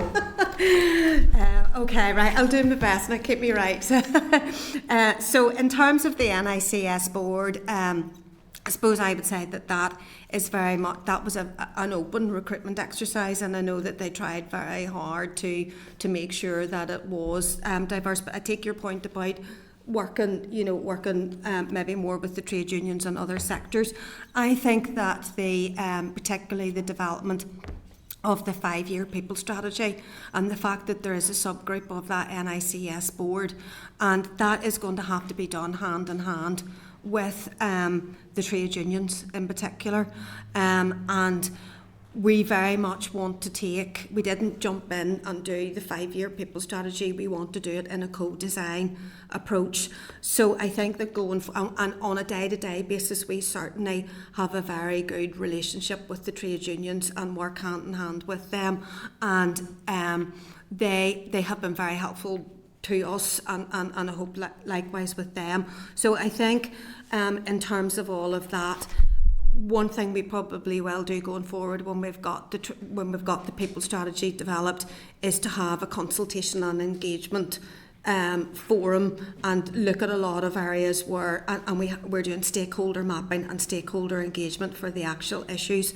In terms of opening up the civil service and how it's aligned with other areas, we have already had early discussions with the Department of Economy around actually how we could have public sector apprenticeships. So it's all, obviously from a previous life, I know that health and local authorities will have apprenticeships, we have apprenticeships, but actually is there a chance to scale up those apprenticeship schemes and trainee schemes in Northern Ireland here, where, how do we scale that up to getting actual public sector apprenticeships?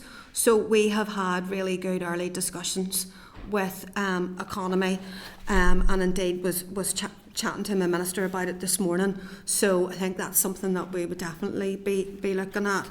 In terms of diversity and inclusion, We have a diversity and inclusion plan every year, and we're just about to agree our new one.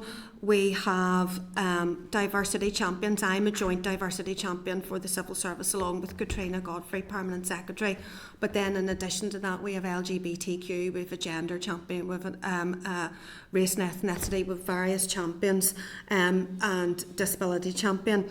So, but the way we've been doing it is that when we're looking at our policies, all our policies, we put those with a lens, a diversity and inclusion lens. We have focused, so for example, in the pandemic, we could have probably said, right, well, we're not really thinking about diversity and inclusion, but actually we focused on our domestic and sexual abuse policy because we knew that was going through the roof when people were in lockdown. And we have won awards for that, and we are following up with the White Ribbon campaign. So there's a lot of work around domestic and sexual abuse, big focus on employability. We have done quite a lot on outreach, so we're at Pride and Mela and all of those areas, and making sure that we are seen as an employer, because that is what young people, various people want to come. LGBTQ network is very active, and they have done a lot of things that we're rolling out around reverse mentoring, which is really, you would have junior young people reverse mentoring the head of the civil service, for example, and we have a lot of training and development, learning bundles and e-learning packages going out. We're just about to launch a neurodiversity guide, and we have an inclusive language guide. So there's loads of products, loads of work going on. We are also we're just running an essential skills programme, which is for mainly staff in the industrial areas who that sort of literacy, numeracy, and essential skills around digital. So there's a lot of work through the diversity and inclusion plan, and I'm happy to share that with you. I can't. What else did you ask? I'm looking to see. I think it'd be good to see then the impact and the outcomes Yes. of some of this work, because it's just, sorry, Chair, I remember getting a presentation from the Housing Executive Board a couple of years ago, and it was Ulster University, and looking at apprenticeships actually through the Economy Department at that time. And the higher paid apprenticeships were predominantly male dominated, like construction and all of that. Health and social care, for example, was the lower pay, which was predominantly female. If you start to map that across in terms of inequality and poverty, you can start to see those trends then. So it's what we're doing at a policy level to shift that, and also the monitoring of that. Is it having an impact, what we're doing? So I'm not asking for that today. No, and the thing is that every policy development will have that Section 75 lens, and if that is used really properly, that can be a really good tool. And I know the Minister, and others are interested in gender budgeting and things like that. So that is really looking at that. So I'm saying all our policies now are looked at through that lens. But I think you're right. I think there's a real opportunity now for it to not just be about the civil service, what it's doing in terms of HR, but actually what it's doing in terms of being a public sector employer, and how that impacts with the wider economy as one of the biggest employers, not just in terms of size, but in terms of leading the way. Is that you? Yes, Steve Aiken. Yeah, thank you very much indeed. Sir Catherine, it'll come as no surprise that some of my questions are going to be about occupational health. And I noticed very clearly you mentioned the issue with transformation of occupational health. You'll be well aware, and sort of declaration of interest of many of my constituents, and particularly prison officers, have raised considerable concerns about Northern Ireland Civil Service, HR, and particularly with the occupational health. Is this transformation of occupational health a recognition that it's got it badly wrong? And when we make this transformation, are we actually going to recognise the problems with PTSD and the other significant issues that prison officers have been responding to? I think it's a recognition that we need to modernise and transform, Steve. So, and I suppose for us, it was in terms of the staffing levels, but also the type of staff. So, very much a medical-led service with our nursing staff. So, what we wanted to move to is a more modern occupational health service that has a multidisciplinary team that can meet the multifaceted needs of our staff, particularly the staff that you're talking about. So, It wasn't necessarily a declaration that we got it wrong, but it was definitely a declaration that we needed to transform, modernise and bring it absolutely up to where it should be in terms of the provision of a health and social care service or a healthcare service. So for me and for us, you know, part of that work, and we spoke to you previously, was, you know, very much recruiting a medical lead to start taking that transformation piece forward. We're about to recruit now for nursing staff, additional medical staff, and a new role for us occupational health technicians. Part of the work that we've done, you know, over the last year was actually look at the work that our medical staff and our nursing staff were doing, and was that, you know, were they doing the appropriate tasks that they need to be doing?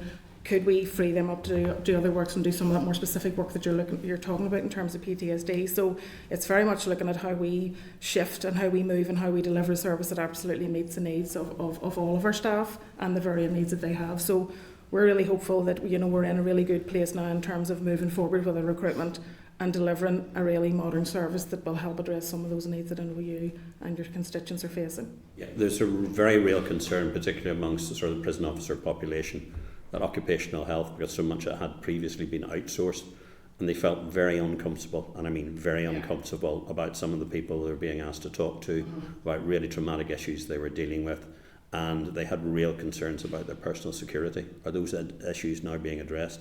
Yeah, and I know there's access to the PRRT, so again, you know, there is specific, you know, in terms of that, but even looking at, you know, bringing our vaccination clinics back in-house, and largely, you know, those vaccination clinics are for our staff in DAERA and our staff in the prison service. So by bringing that back in-house, we're actually doing satellite clinics for our staff, so going out into the prison establishments and delivering some of those services. So again, taking into consideration and being cognizant of potential security concerns. So, and I suppose, and it is for us going out and meeting the staff and the management within the establishment to understand their needs, so that we can be responsive to those needs, and so that we can actually provide a service that delivers what they need. Yeah.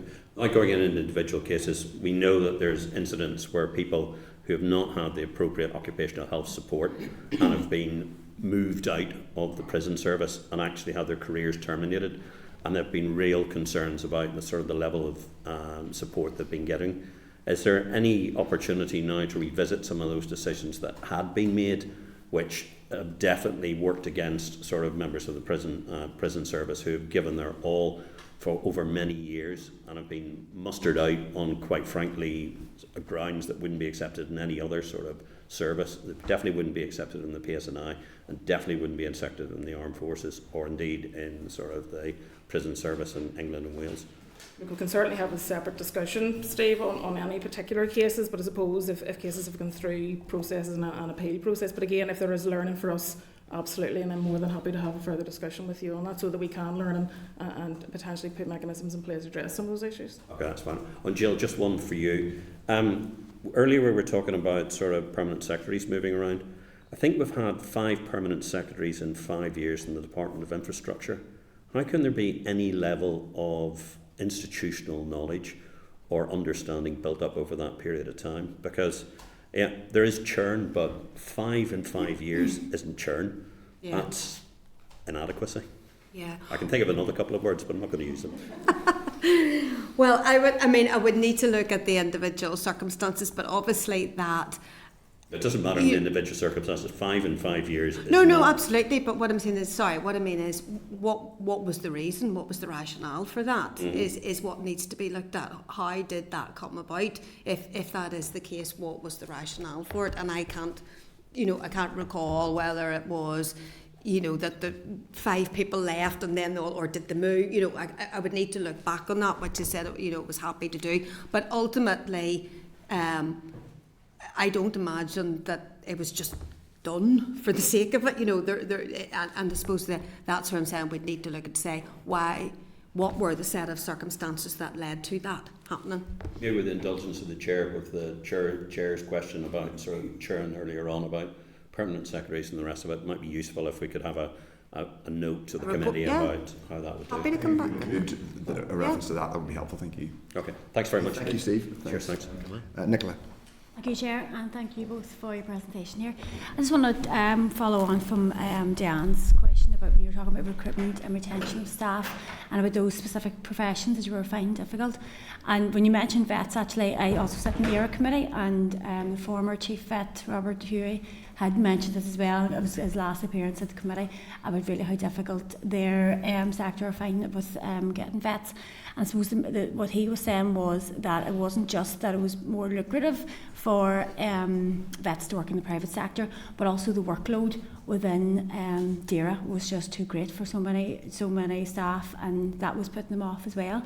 So I suppose that probably part of that issue is probably because there are so few vets, or we're missing so many, and then that's increasing the workload for those that are there. So something I suppose needs to be looked at as well. But when it comes to, I know the RHI report highlighted like a skills shortage for that area specifically. I suppose it was the needs for like complex energy schemes. Is that around like engineers and that you mentioned as well, or is there other specific professions that were implicated in that? In the what section, sorry? In like with the RHI report and with the delivery of the RHI scheme and like delivering those complex energy schemes.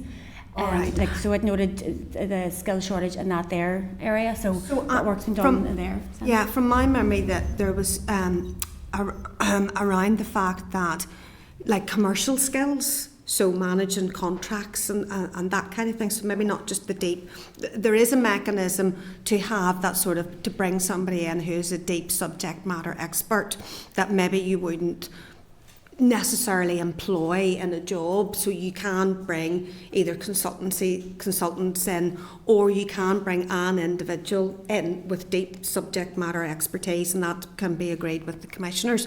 But I think the RHI focus more on commercial skills and project and programme management, and some elements of procurement.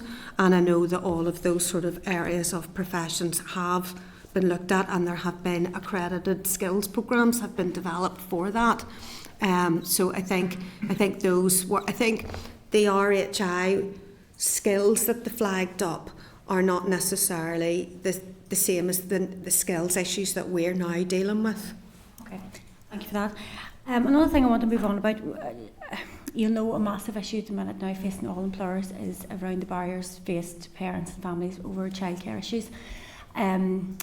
And I suppose you were also talked about career progression, and that can also, the fact that many women in particular have issues in progressing their career because of their inaffordability with childcare and being unable to access the right kind of childcare.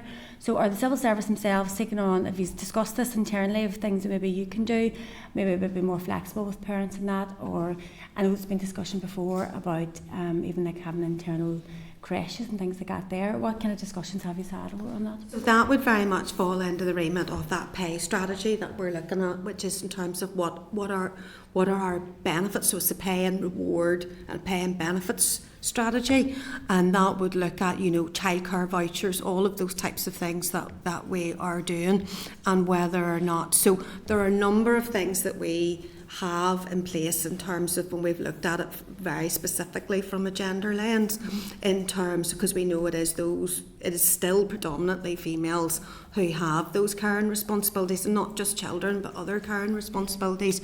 So we have carers leave, and we have special paid leave, and we've introduced special paid leave for victims of domestic abuse.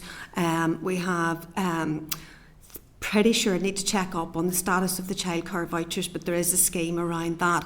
And so there are obviously flexible working hours. So there are a lot of areas, even, you know, we have introduced, I know it's not specifically in relation to carers, but around women staying in employment. So we have a menopause policy. So there is a range of gender specific policies and provisions that we have looked at.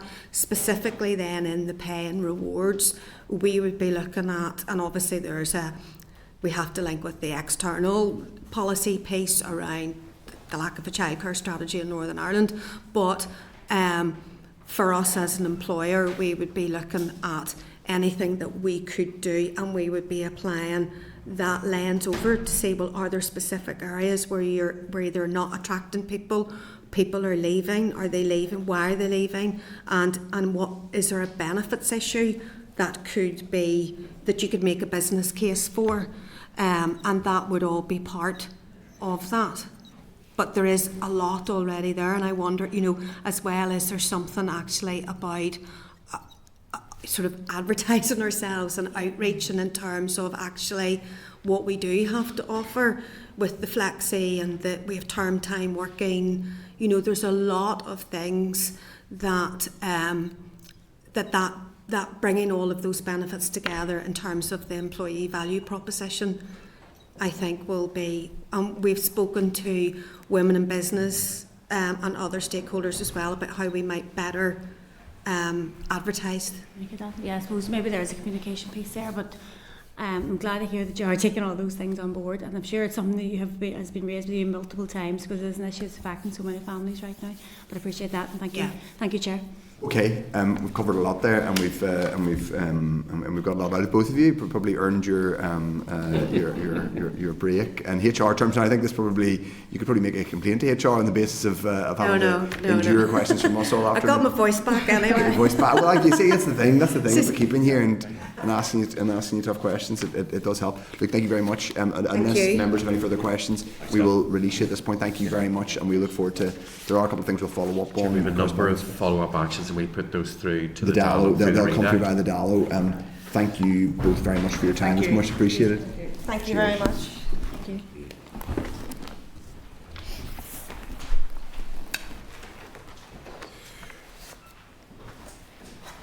Okay, thank you to both Jill and Catherine, members. The next item is agenda item 9, which is budget pressures for the budget pressures for the Department of Finance itself. So this is budget pressures for the department as a department in its own right, not just the lead finance department. So if people are agreed, we will have Hansard report this oral briefing.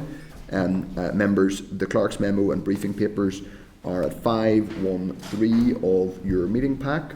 The briefing paper outlines the department's financial position, which has contributed to the budget 24-25 process.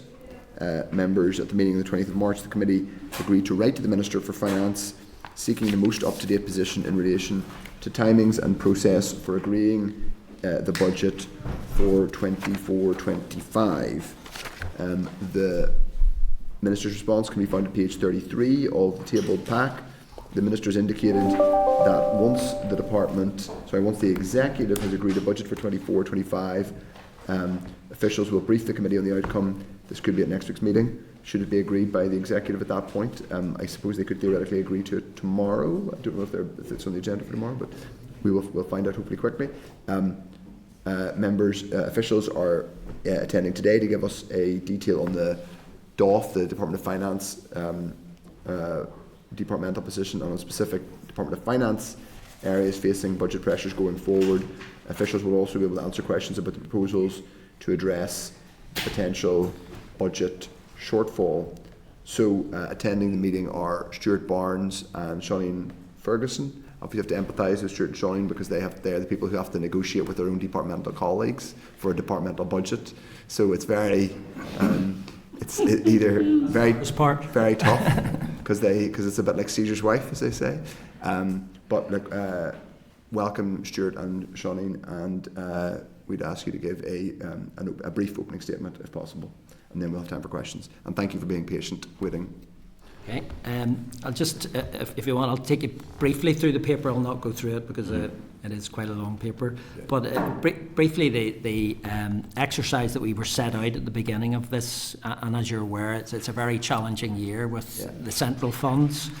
We were asked to work on the basis of a sort of flat cash, 147 in terms of resource for the department. And looking at that, we looked. Part of that was the main pressures were pay, where there was a 5% pay increase plus increments, and then also a 4.2% pension increase. Plus, and it's purely for illustrative for this year, there was assumed a 3% pay increase for this year going forward, just for planning purposes. So there was about 14 million pressures there immediately from pay. Plus, there was other pressures across the department for us taking forward various projects and other inflationary increases. So the department in reality compared to last year is facing something like 25 million worth of additional pressures. 147 is your flat cash allocation? In resource, yes. In resource, and for, what did you say, 27? No, we say we have pressures of around 25 to 26 million sort of. 25? Yes, okay. in comparison to last year. So more than 10%. You're getting flat cash, but your cash requirement is effectively 10% greater. Well, yes, in the sense of yes. I don't mean your cash requirement. What we might need, not necessarily cash requirement, but what we might need in resource terms. Yes, so I know there's a specific meaning in cash requirement, but that's one. Okay, go ahead. So I provided their detail of what those pressures are. I don't know if you want me to go through them or whether you're content that you have read them. We have them here. It's pay and pension increases and integrate. Is that correct? Integrate is a yes. Yes. IT system. It's an IT system. It's the new accounting IT system for the civil service. So yes, increase in contract growth, progression of key functions like taxation, budget, sustainability, filling vacancies. Also, I think it's worth highlighting the areas that may increase in future. Rates is an area that is very high. It's about £18 million worth of rates in DOF because we hold the Office of State and are responsible for the Office of State. Does that mean you pay the rates bill for every other department because you're the landlord, effectively? Yes, basically for the DOF owned buildings. Yes, we pay the rates on those. Are you getting any, because some of them are Dundonald House and soon possibly Netherley, are either sold or empty? Yes. Is that saving you a few quid? The same would apply, yes, for the vacant properties in those. But for instance, the last revaluation, our rates bill went up by £3 million. With no additional budget. Again, you can't ask LPS, your colleagues in LPS for a... We've tried. Didn't say Ian, give us the money back. Yeah, no, we have tried that. And those revaluations happen every 3 years. Now, granted it may go up or down, but rarely so far have we seen it gone down for Office Estate. It does tend to go up. So we're looking at this year, it's not a revaluation year, but just the increase in rates. We're with both the regional and the council rates. We're probably facing even out of that nearly 400k worth of 375k in 24-45 or 25. The other thing is rate rebate. Rate rebate, we know, the budget is normally held by DFC and then it's paid across to us as we pay out the money. So normally they would hold in and around 30 million, which would be transferred in year to us. But this year, because of their pressures, they were actually only able to pay us around 24 million. And there was a bill of around 27 million. So as a department, we had to find an extra around 2.5 million to fund that from our own resources. This year, because of the rate rebate is actually in line with universal credit, as it goes up, it's projected that it might be as high as 40 million next year. So we are trying to look to the centre to see if that can be funded before the budget's given out, because we couldn't possibly fund up to what would in essence be another 13 odd million, if you like, from a DOF budget for what is essentially, if you like, a benefit. Right, okay. So that's something to look forward that we need to get resolved as well. The agreement, whenever the scheme was first, whenever the rates rebate scheme was first introduced, the way it was accounted for was that it would be, is the money provided by DFC effectively, but then they would bill it back to finance? It would be a budget transfer across the various years, the various monitoring rounds. So we wouldn't have it in our budget at the beginning, but by the end of the financial year, they would have transferred the full amount across to what it is. But this year, they couldn't afford even. The way it would work is it's sort of demand-led, but you would sort of build in a certain amount of headroom to account for it. Yes.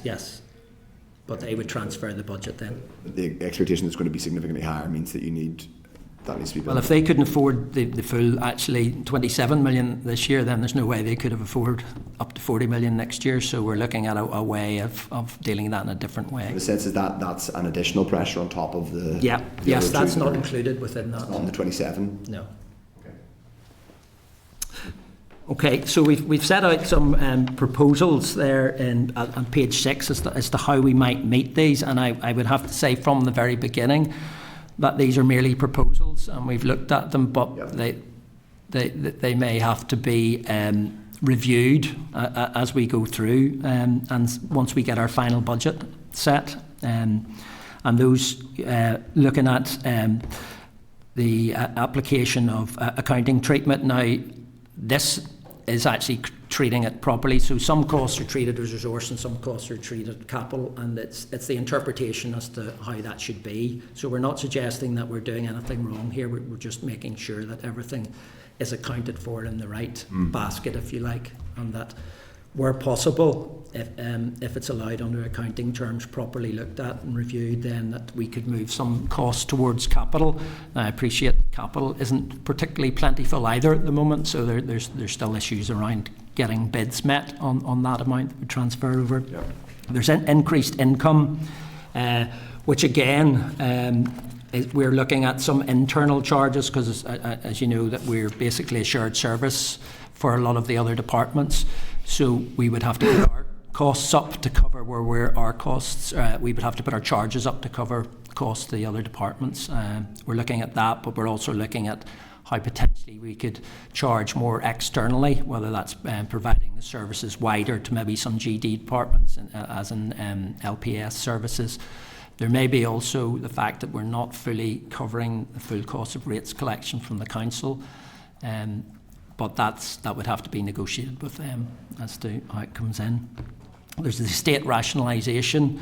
As you may know, we've actually disposed of, I think, 10 buildings last year, and we're looking to increase that this year and dispose of a lot of leases and sort of get more people into less buildings, if you like, is the main strategy for that, which we're doing at the moment, because obviously the occupation is reduced with hybrid working. So we're trying to accelerate that. So that's part of that. GA reduction is just reductions in travel and minor areas around that. Not filling vacancies. The department has about 357 vacancies at the moment. Total head count of about 1,500? About 3,400 odd. I thought, okay.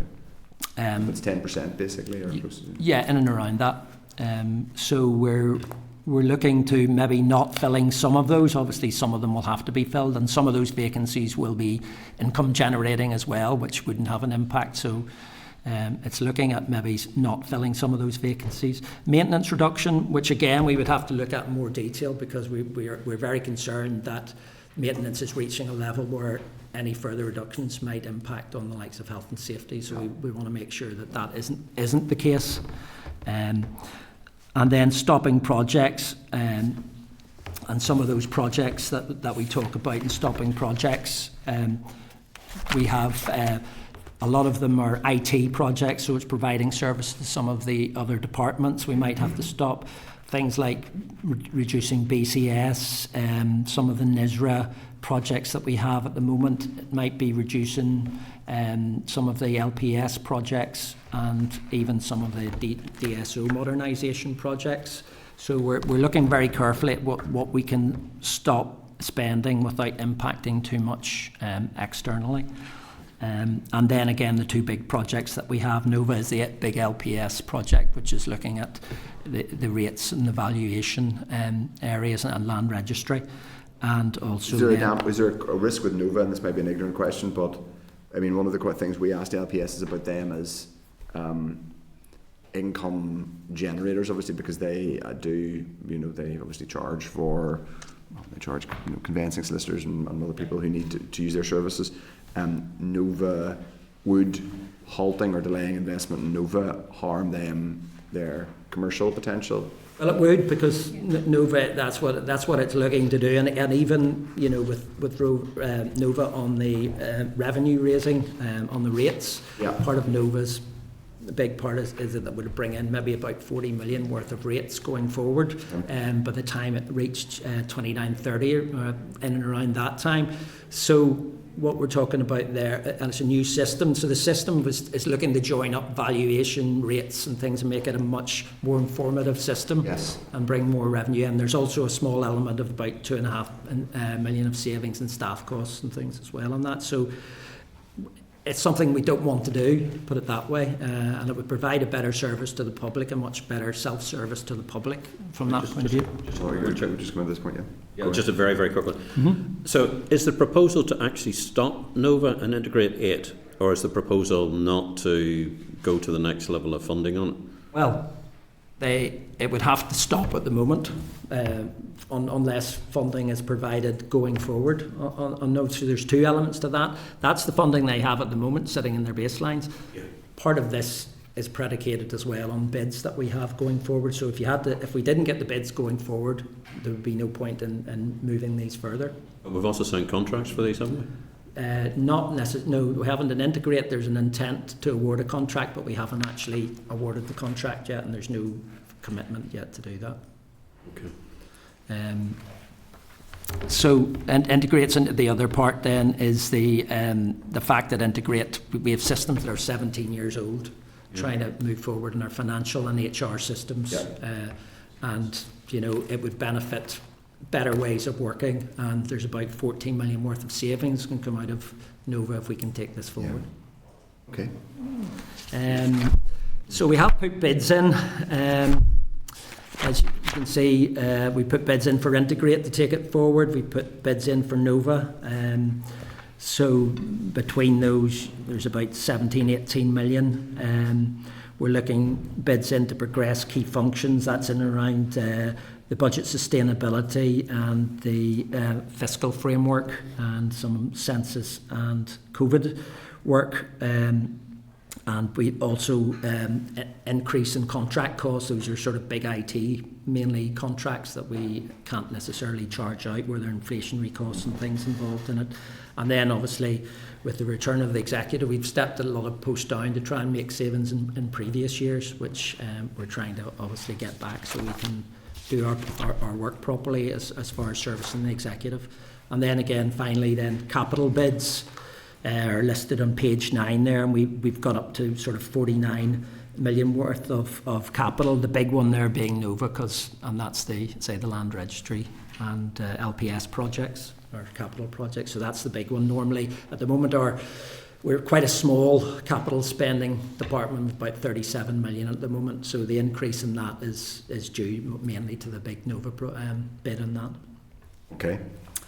So finally, it was just to say, this year, we are looking to put more resources into trying to do like a 5-year plan going forward, if you like, because like all departments, we're sort of struggling and lurching from year to year in the moment. It's not helped by the single year budgets, obviously, but then the centre is hamstrung in the fact that they're not getting multi-year budgets. So it is very difficult to sort of 1 year find out you're getting a cut and then try and put these into operation. So we're doing our best to keep up with that. So we are looking to do a bit more work on when we've got Nova implemented, when we've got Integrate, what the landscape might look like.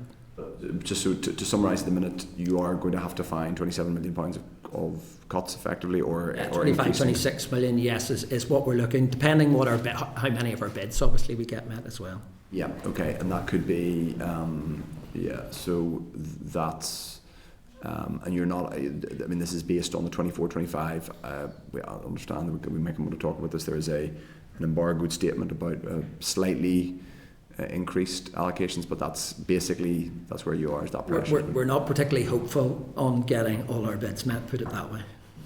So yeah, it might be slightly lower, the pressures might be slightly eased from that. Yes.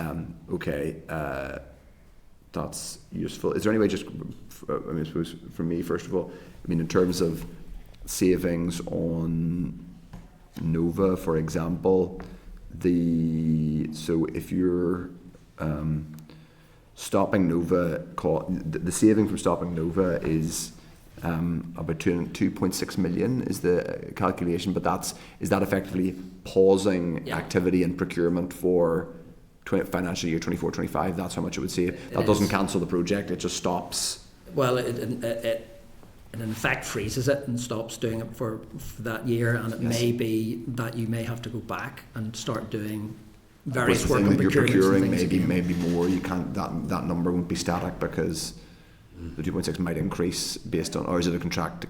No. Well, it may be in some cases, and I don't have the full detail on that, but it's likely that if you're going to go back and have to procure a year, 2 years later, the cost will have gone up.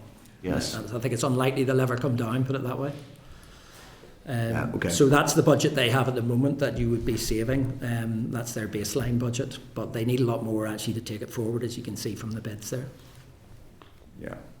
Okay. That's helpful, but concerning. Deputy Chair, Diane Purcell. Thanks very much, and thanks to you for coming here today.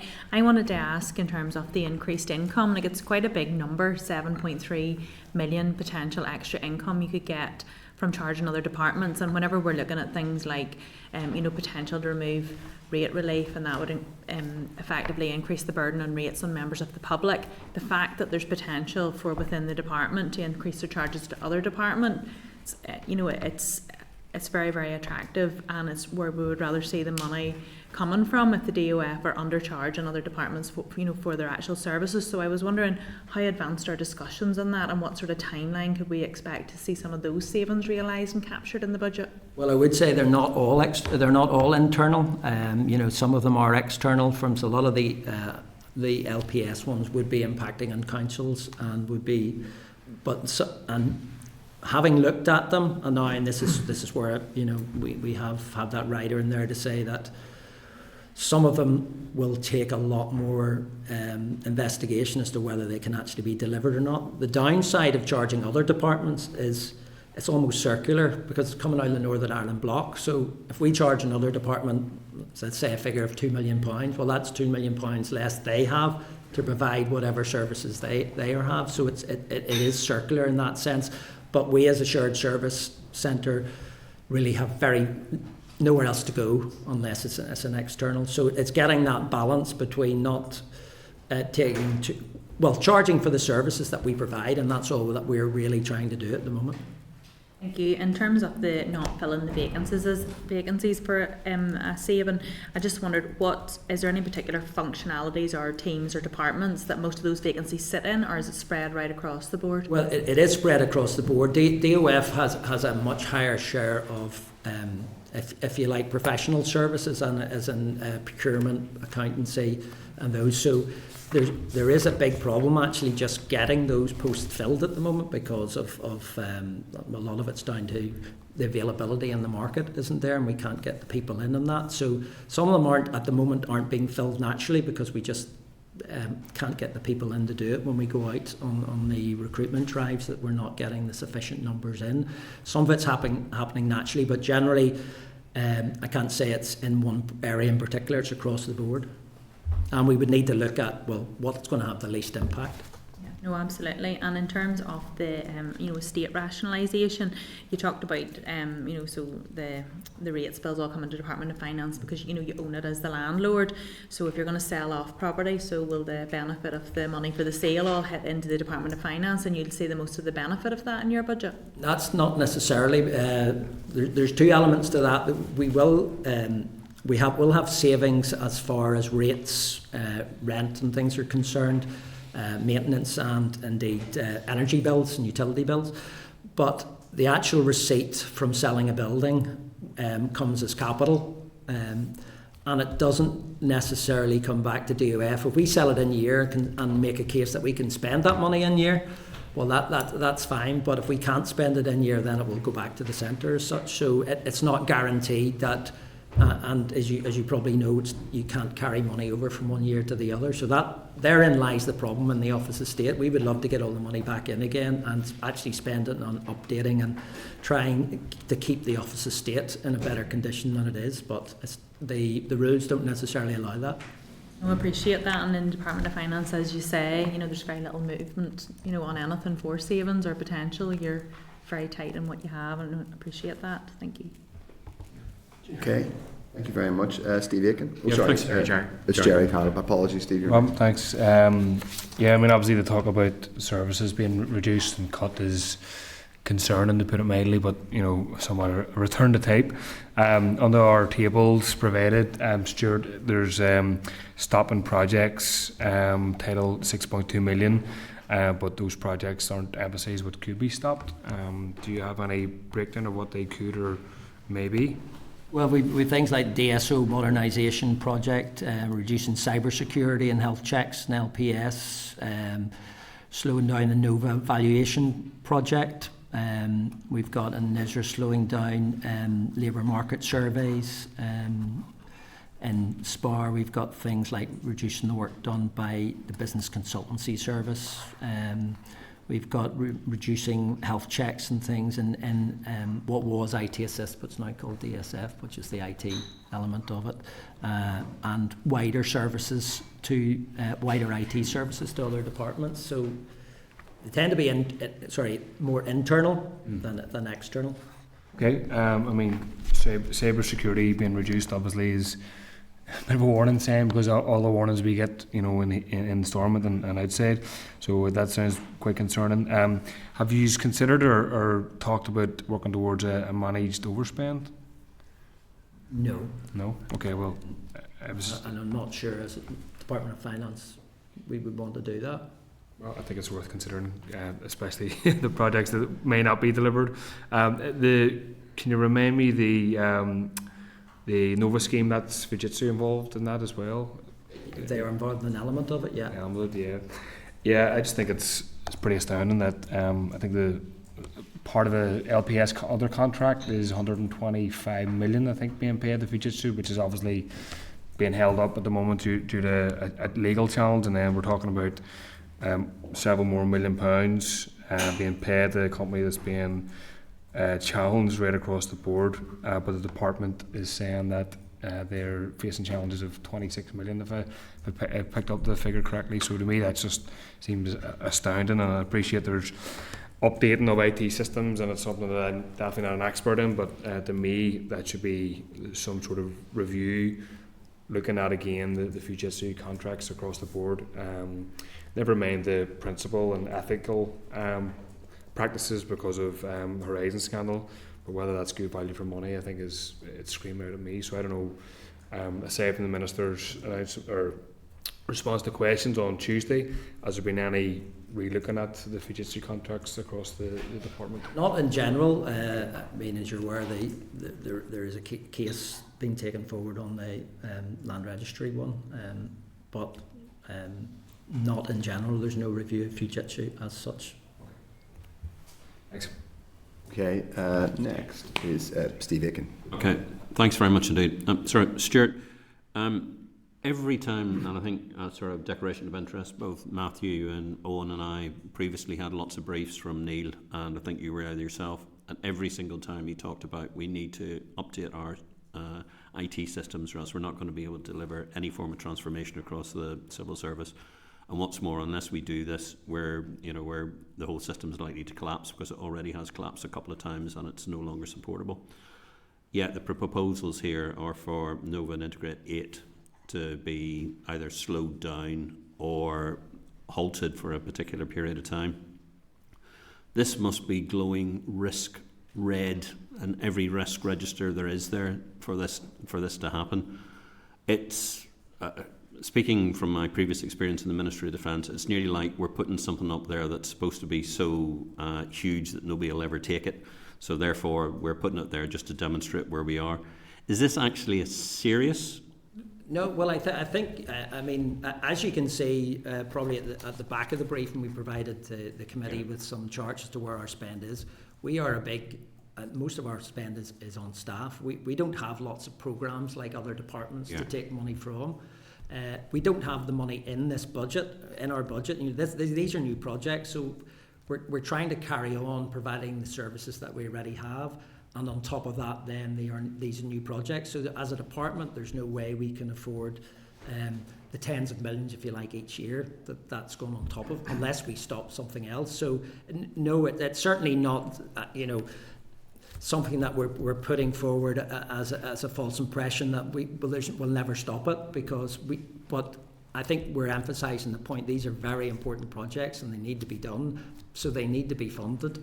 Yeah, I think, again, maybe for the chair, I would probably like a update from Neil, particularly about the challenges of what this would mean if we stop this, because I think everything I've heard over the last couple of years was, we need this, we need this, we need this. Now there's a Nova? Yeah, and Integrate 8. Yeah. I'm just really concerned that this has been put up, because one of the things about putting up something that people don't think will ever be taken as a savings measure, when they actually do take it, it creates absolute mayhem. And we've been told time and time again we've got to upgrade the IT systems because it's not sustainable, and here we are proposing not to do it. Now, it might be a budgetary reason, but it might actually be a serious conversation that the Minister for Finance needs to have with their executive colleagues, because if we don't sort the IT system out, we're not going anywhere. But I think that's a reasonable thing for us to ask for. If you're content, Chair. Yes, I think that's reasonable. Are you? So you're done? Yeah, thanks. Okay. Owen Tennyson, thank you. Yeah, thank you, Chair. It's just a comment and hopefully a very quick question. I suppose the comment just comes on the back of what Steve has said. I'm conscious that sort of the nature of the circumstances that we're in, that we're so focused on one-year budgets and decisions are largely driven between simply living within budget. But it would also be nice, I think, to have an idea of, I know Nova and Integrate are effectively transformation projects, what the actual cost implication would be in future years were they to be stopped, because I imagine the systems that we have aren't just as efficient as what we're planning to achieve. The question is just around the identified saving around estate rationalisation. Is that savings that we're expecting to achieve anyway in line with the Department's business plan, which is focused on estate rationalisation, or is that a suggestion that we could actually save additional money by going further or faster somehow in that space? No, it's what we have planned at the moment. I mean, there was a relook at the estate rationalisation and an attempt to actually speed that up, which is what we've done at the moment. So at the moment, we're looking at up to 28 potential savings of around 17 million overall, up to 28. Now, the estate will rationalisation will, and that's a mixture of both capital and resource. We need to look at then, when it comes to that, to have a reset to see at that stage what's the attendance, if you like, in the capacity of buildings, what buildings, and move again. And also on top of that, there's the Jobs and Benefits Office that sit there, and that obviously is dependent on the model being taken forward by DFC as to how we want to progress with that. But there's about 33 of those at the moment, and they're not included in the estate rationalisation as it sits at the moment. No, that's helpful, thank you. And just one other question, Yeah, if you will, of course, Chair. Just in terms of Nova Integrate and then the 6 million identified for stopping other projects, they're all existing projects that are already in train. Are there any projects or policy initiatives which the Minister has indicated she would wish to commence, which are new, which you don't believe she would be able to under the current flat cash assumption? Well, there could be a lot more under transformation that, and we're talking about projects in and around the fiscal framework that we talked about, which we've bid in for, and the budget sustainability, as you know, as part of the money coming. Budget sustainability is one of the conditions that we need to work on. There's a lot of work is required on that, and we have a bid in for that at the moment, and it's a big priority for the Department and the Minister. No, that's helpful, thank you. Can I just ask on that subject? It is. If anybody else wants to come in for a question, by the way, now's the time to indicate. In terms of so Owen asked things the Minister wants to do that she might not be able to afford to do, the Department might not be able to afford to do. You talked about fiscal framework. Are you talking literally about the head count in order to do the work? Yes, setting up the team and getting the people in to do that at the moment. And what about does the fiscal, because the fiscal council comes out of your budget too, now it's obviously a relatively small team, but if that's put on a statutory footing, does that change how that's budgeted for? Does that make that I don't think it would impact it, if you mean materially. Would the budget go up or down on that? I'm not 100% sure on that. I would have to come back to you, but I don't think it would impact on the funding. It would just change their legislative standing. Is that, I presume, the fiscal council is not does that mean it has to be funded via the black box at the minute? It is at the moment, yes. Yeah. And if it wasn't funded by it would have to be, so it would have to be, and if it's funded, then it doesn't actually have to. Is it in the baseline? Is it the baseline properly then? If it's It's in our baseline at the moment, yeah, and hopefully, well, they're looking at taking forward the legislation, obviously, at the moment, and that has been stalled, obviously. Yeah. But that's, and once, but obviously we don't like things being in the black box for too long, and it's just a temporary basis, but we hope to move that out, as it were, once the legislation is put through. Hopefully that's soon. Grand, okay. Unless members have any other questions, thank you very much, Stuart and Sinead, for coming and giving us. Thank you very much, and we will see you again. Okay. Members, the next item is agenda item 10, which is correspondence, which starts at page 530 of the pack. There are 7 items of correspondence this week to go through. Members will have an opportunity to comment on each item. Item 10.1 is the PAC report on excess votes, Northern Ireland 22-23. The Public Accounts Committee has provided the committee, a YAR committee, with a copy of its report on excess votes for 22-23 and late accounts corrections from prior years. Members, the PAC considers the reports by the Comptroller and Auditor General on resource accounts of departments that have exceeded the limits of expenditure authorised by the Assembly. PAC will make recommendations as to whether or not the Assembly should approve further resources to the departments concerned. This particular report addresses 1 excess vote from 22-23 and 2 excess votes from previous years. The 3 resource excesses totalled 29.5 million and concerned the Department of Education. People may remember that this was in the news a lot. The then he's still the Permanent Secretary, I believe, made a specific decision in this regard in the period where there was no minister. The report also highlights an additional amount in relation to the correction of excess net cash requirements in 2016-17 and 2018-19, totalling £442,000. This was in the accounts of the PPS and results from a misstatement of the net cash requirement due to an error in calculation. The PAC has examined the reasons why these bodies exceeded voted provisions and recommended that the Assembly provides the necessary amounts by means of an excess vote. So, members, this is to seek your agreement to note this report and copy it to both the Justice Committee and Education Committee for information. People are agreed. Right. Item 10.2, the PAC memorandum of reply to the PAC report review of the Northern Ireland budget process. At the committee meeting on 20th of March, members noted a copy of the Department's memorandum of reply to the Public Accounts Committee report on the review of the Northern Ireland budget process. Of the 10 recommendations made in the PAC report, 2 were noted, 3 were accepted, 4 were accepted in principle, and 1 was partially accepted.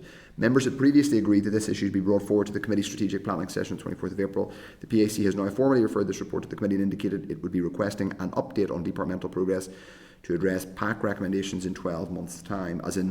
They will be requesting from us in 12 months' time an update. Yeah. Is that right? Okay. Members, this is just a note to this correspondence, and we will consider it at our strategic planning session in a couple of weeks. Agenda item 10.3 is a copy of correspondence from the Communities Committee to the Department of Finance. There is correspondence from the Communities Committee enclosing anonymous correspondence they have received highlighting a number of issues regarding recruitment, retention and the use of temporary promotions in the Department of Communities and the Northern Ireland Civil Service. The Communities Committee has written to the Department of Finance, the Department with policy responsibility for the issues raised in the correspondence, seeking a response. So members, just to note this correspondence at this point, we obviously we've slightly missed our chance today to raise it with the relevant officials, but I'm sure we can, we could ask to be cited in response they get from the Department of Finance. I think that would be in order. Chair, I think from the feedback I've had from other committee clerks who are going through the same budget pressures process, most departments are highlighting not filling vacancies as part of their potential savings and therefore using temporary promotions that will then last. So the issues are all tied together there. Indeed. It's not ideal, but including from the perspective of the civil servants who are temporarily promoted, because I mean, as someone who was a civil servant temporarily promoted for a while in a suboptimal way, it's not necessarily great for you know, your stability of your planning, and Deirdre mentioned earlier things like mortgage applications and even pensions things. You're left in this limbo. So it will ultimately become a proper workforce issue at some point if it becomes totally endemic. Okay, item 10.4 is a copy of correspondence from the Justice Committee, the Finance Minister. Justice Committee wrote to the Finance Minister regarding the Department of Justice budget position for 24-25 and a number of other related matters. Members, if wish to make any comment on that, otherwise we can note it for information. Item 10.5 is the NI Affairs Committee report, the funding and delivery of public services in Northern Ireland. Members will find a copy of the committee report, the NI Affairs Committee report on funding and delivery of public services in Northern Ireland. This includes conclusions on the recent UK government financial package and other comments on a PFG, multi-year budgets and transformation agenda. Members are welcome to make comments or ask for any further information. Just to the Chair, just a quick one. Obviously in our conversation we had earlier on during the meeting, if we can tie those in together, and obviously maybe sort of through the Chair, the Deputy Chair, maybe reaching out to the NIAC to sort of tie the link between yourselves and them, and also with the, as I was saying earlier on about the sort of the Welsh and the Scots. Yep. Well, Robert Buckland was at that. He's now the chair. Was at that, and obviously people from different parties here would have might call it. Claire is on the NIFS committee, as is Stephen Farry and Carla Lockhart. I'm not sure who else is on from the EP, but so obviously I would imagine if and when this comes up at if and when it comes up at the committee, that we have requested that they make representations on our behalf to the Treasury about evidence. I would suggest that we can actually reference in our correspondence this report, so they themselves have talked about this stuff, so they should agree with us that we deserve to get evidence from the Treasury. Okay, so we'll discuss this on the 24th of April if people are content with that. The next item is the ISNI Delivery Tracking System Investing Activity Report. Members will find a summary report of projects owned by the Department of Finance. The only project showing in this month's report is that of Orchard House, the Orchard House refurbishment. Members will recall an update from the Department on this project which indicated that refurbishment works have now completed within the agreed budget and timescale. If members are content to note that. Item 10.7 is the Construction Employers Federation press release funding NI Water. Members will find a press release from CEF calling for action from the NI Executive on governance and on the governance and funding model of NI Water. This reflects the content of the informal meeting with CEF. So, I don't think there's any particular action was. I would simply note that I believe the NI Water related motion passed yesterday without a division. My comment, I think it's something we might want to raise with the department in conjunction with conversations with the Department of Infrastructure. There does seem to be our party has never supported water charges, but we have also supported a conversation about Northern Ireland water and how we properly fund it, whether that's directly increasing funding or some other means. At the minute, there seems to be a bit of a problem where the Minister is, in my view, rightly not supportive of charges, but also the broader conversation that was mentioned by Mr Tennyson in the debate yesterday. There's a slight lack of any conversation at all about NI Water, so we're in a bit of a holding pattern, but I suppose it's one for the Infrastructure Committee to look at. It is quite concerning because, as we know, it's holding up all forms of development from social housing to rescuing Loughney. But we will proceed if members are content to note that press release. Agenda item 11 is draft forward work programme. So that's at page 619. The clerk is going to give us an update now on what we are going to talk about next week. So, Chair, next week we have the final forecast outturn. We also may have budget if we have a draft budget. So the officials are primed for that. They'll be flexible. If we actually have the budget by then, we may have. We don't really know. Then the week after that's the strategic planning. So we'll also, if necessary, carve a bit of time in that session for a budget briefing, should that be the appropriate time. We also have potentially space in the 1st and the 8th of May. Should those also be the appropriate times for budget, or should we seek additional budget briefings? We are looking at the Fiscal Council potentially coming in on the 15th Of May. 15th of May. That coincides just physically with them being here. And so we've provisionally started seeking to schedule that in. Again, if we feel we need Sir Robert before that, he can potentially zoom in on the 8th. Yeah. So Won't really have time, will he? he's going to carve out time for us. Yeah. Okay. But only by Zoom on that 8th. But they will physically be here on the 15th, so we're provisionally plugging that in because I think it's probably worth having them no matter what. So we are currently not populating the 8th, the 1st or the 8th, but we have briefings coming back from the department. Check through. The COVID inquiries on the 8th as well. Okay. When they That's when be it called. starts. So Okay. just, I'll let you know one way or the other. Don't know if it affects anybody Yeah, else. But that'll have an impact. It will it's have on an that impact, day. yeah. So. Fair enough. Okay, well, We note on that. we will, yeah. Deirdre, Okay. is that for 2 weeks, is it? Or Well, we're only in for the one day, so I think it is 2 weeks they're coming to sit. But I know we've been asked to hold the 8th. Okay. So we haven't been given times yet. So just there may be apologies from me. Okay, we will. Fair enough. We will see if we can get Thank any you, further Deirdre. info on that. So the upshot of it is there looks like there's lots of gaps, but that's largely strategic at the moment. So we can fill up. Okay. It will populate very quickly. Yes. Okay. So that we will publish that on the committee webpage, but obviously it's a moving feast and we'll fill it very quickly.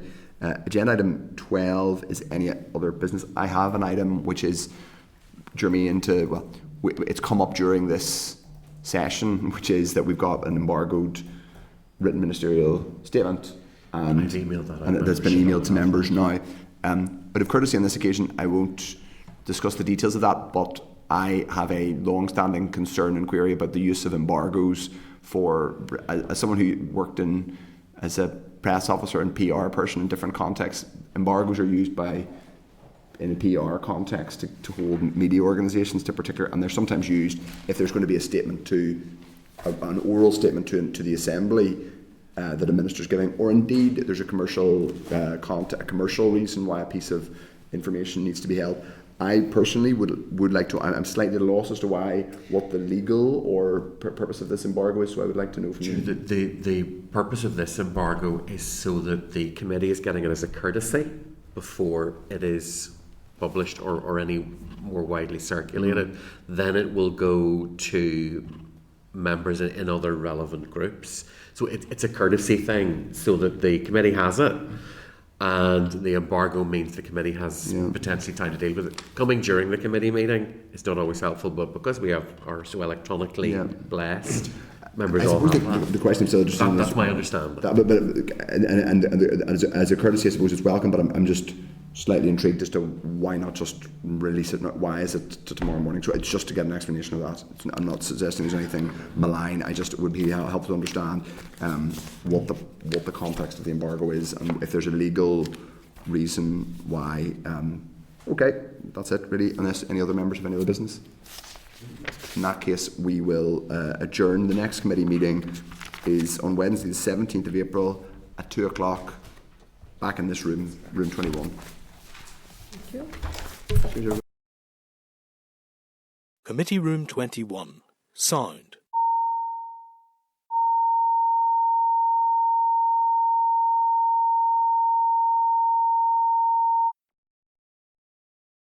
Committee Room 21.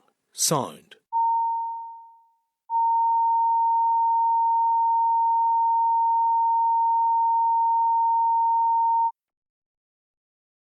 Committee Room 21. Sound.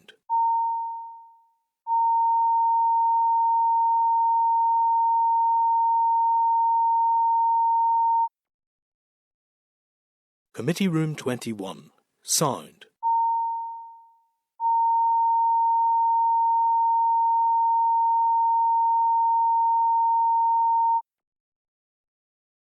Committee Room 21. Sound.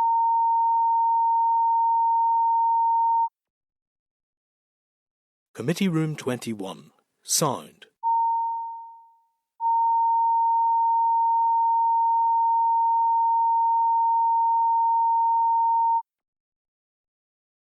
Committee Room 21. Sound.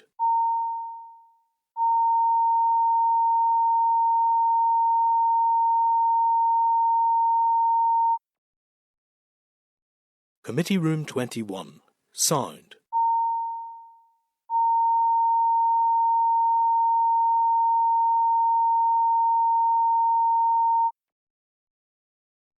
Committee Room 21. Sound.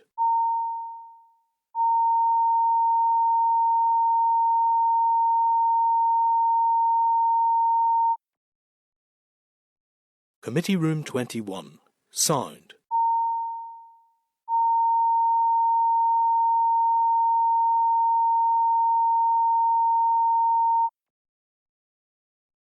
Committee Room 21. Sound.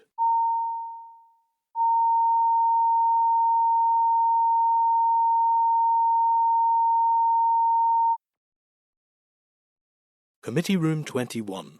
Sound.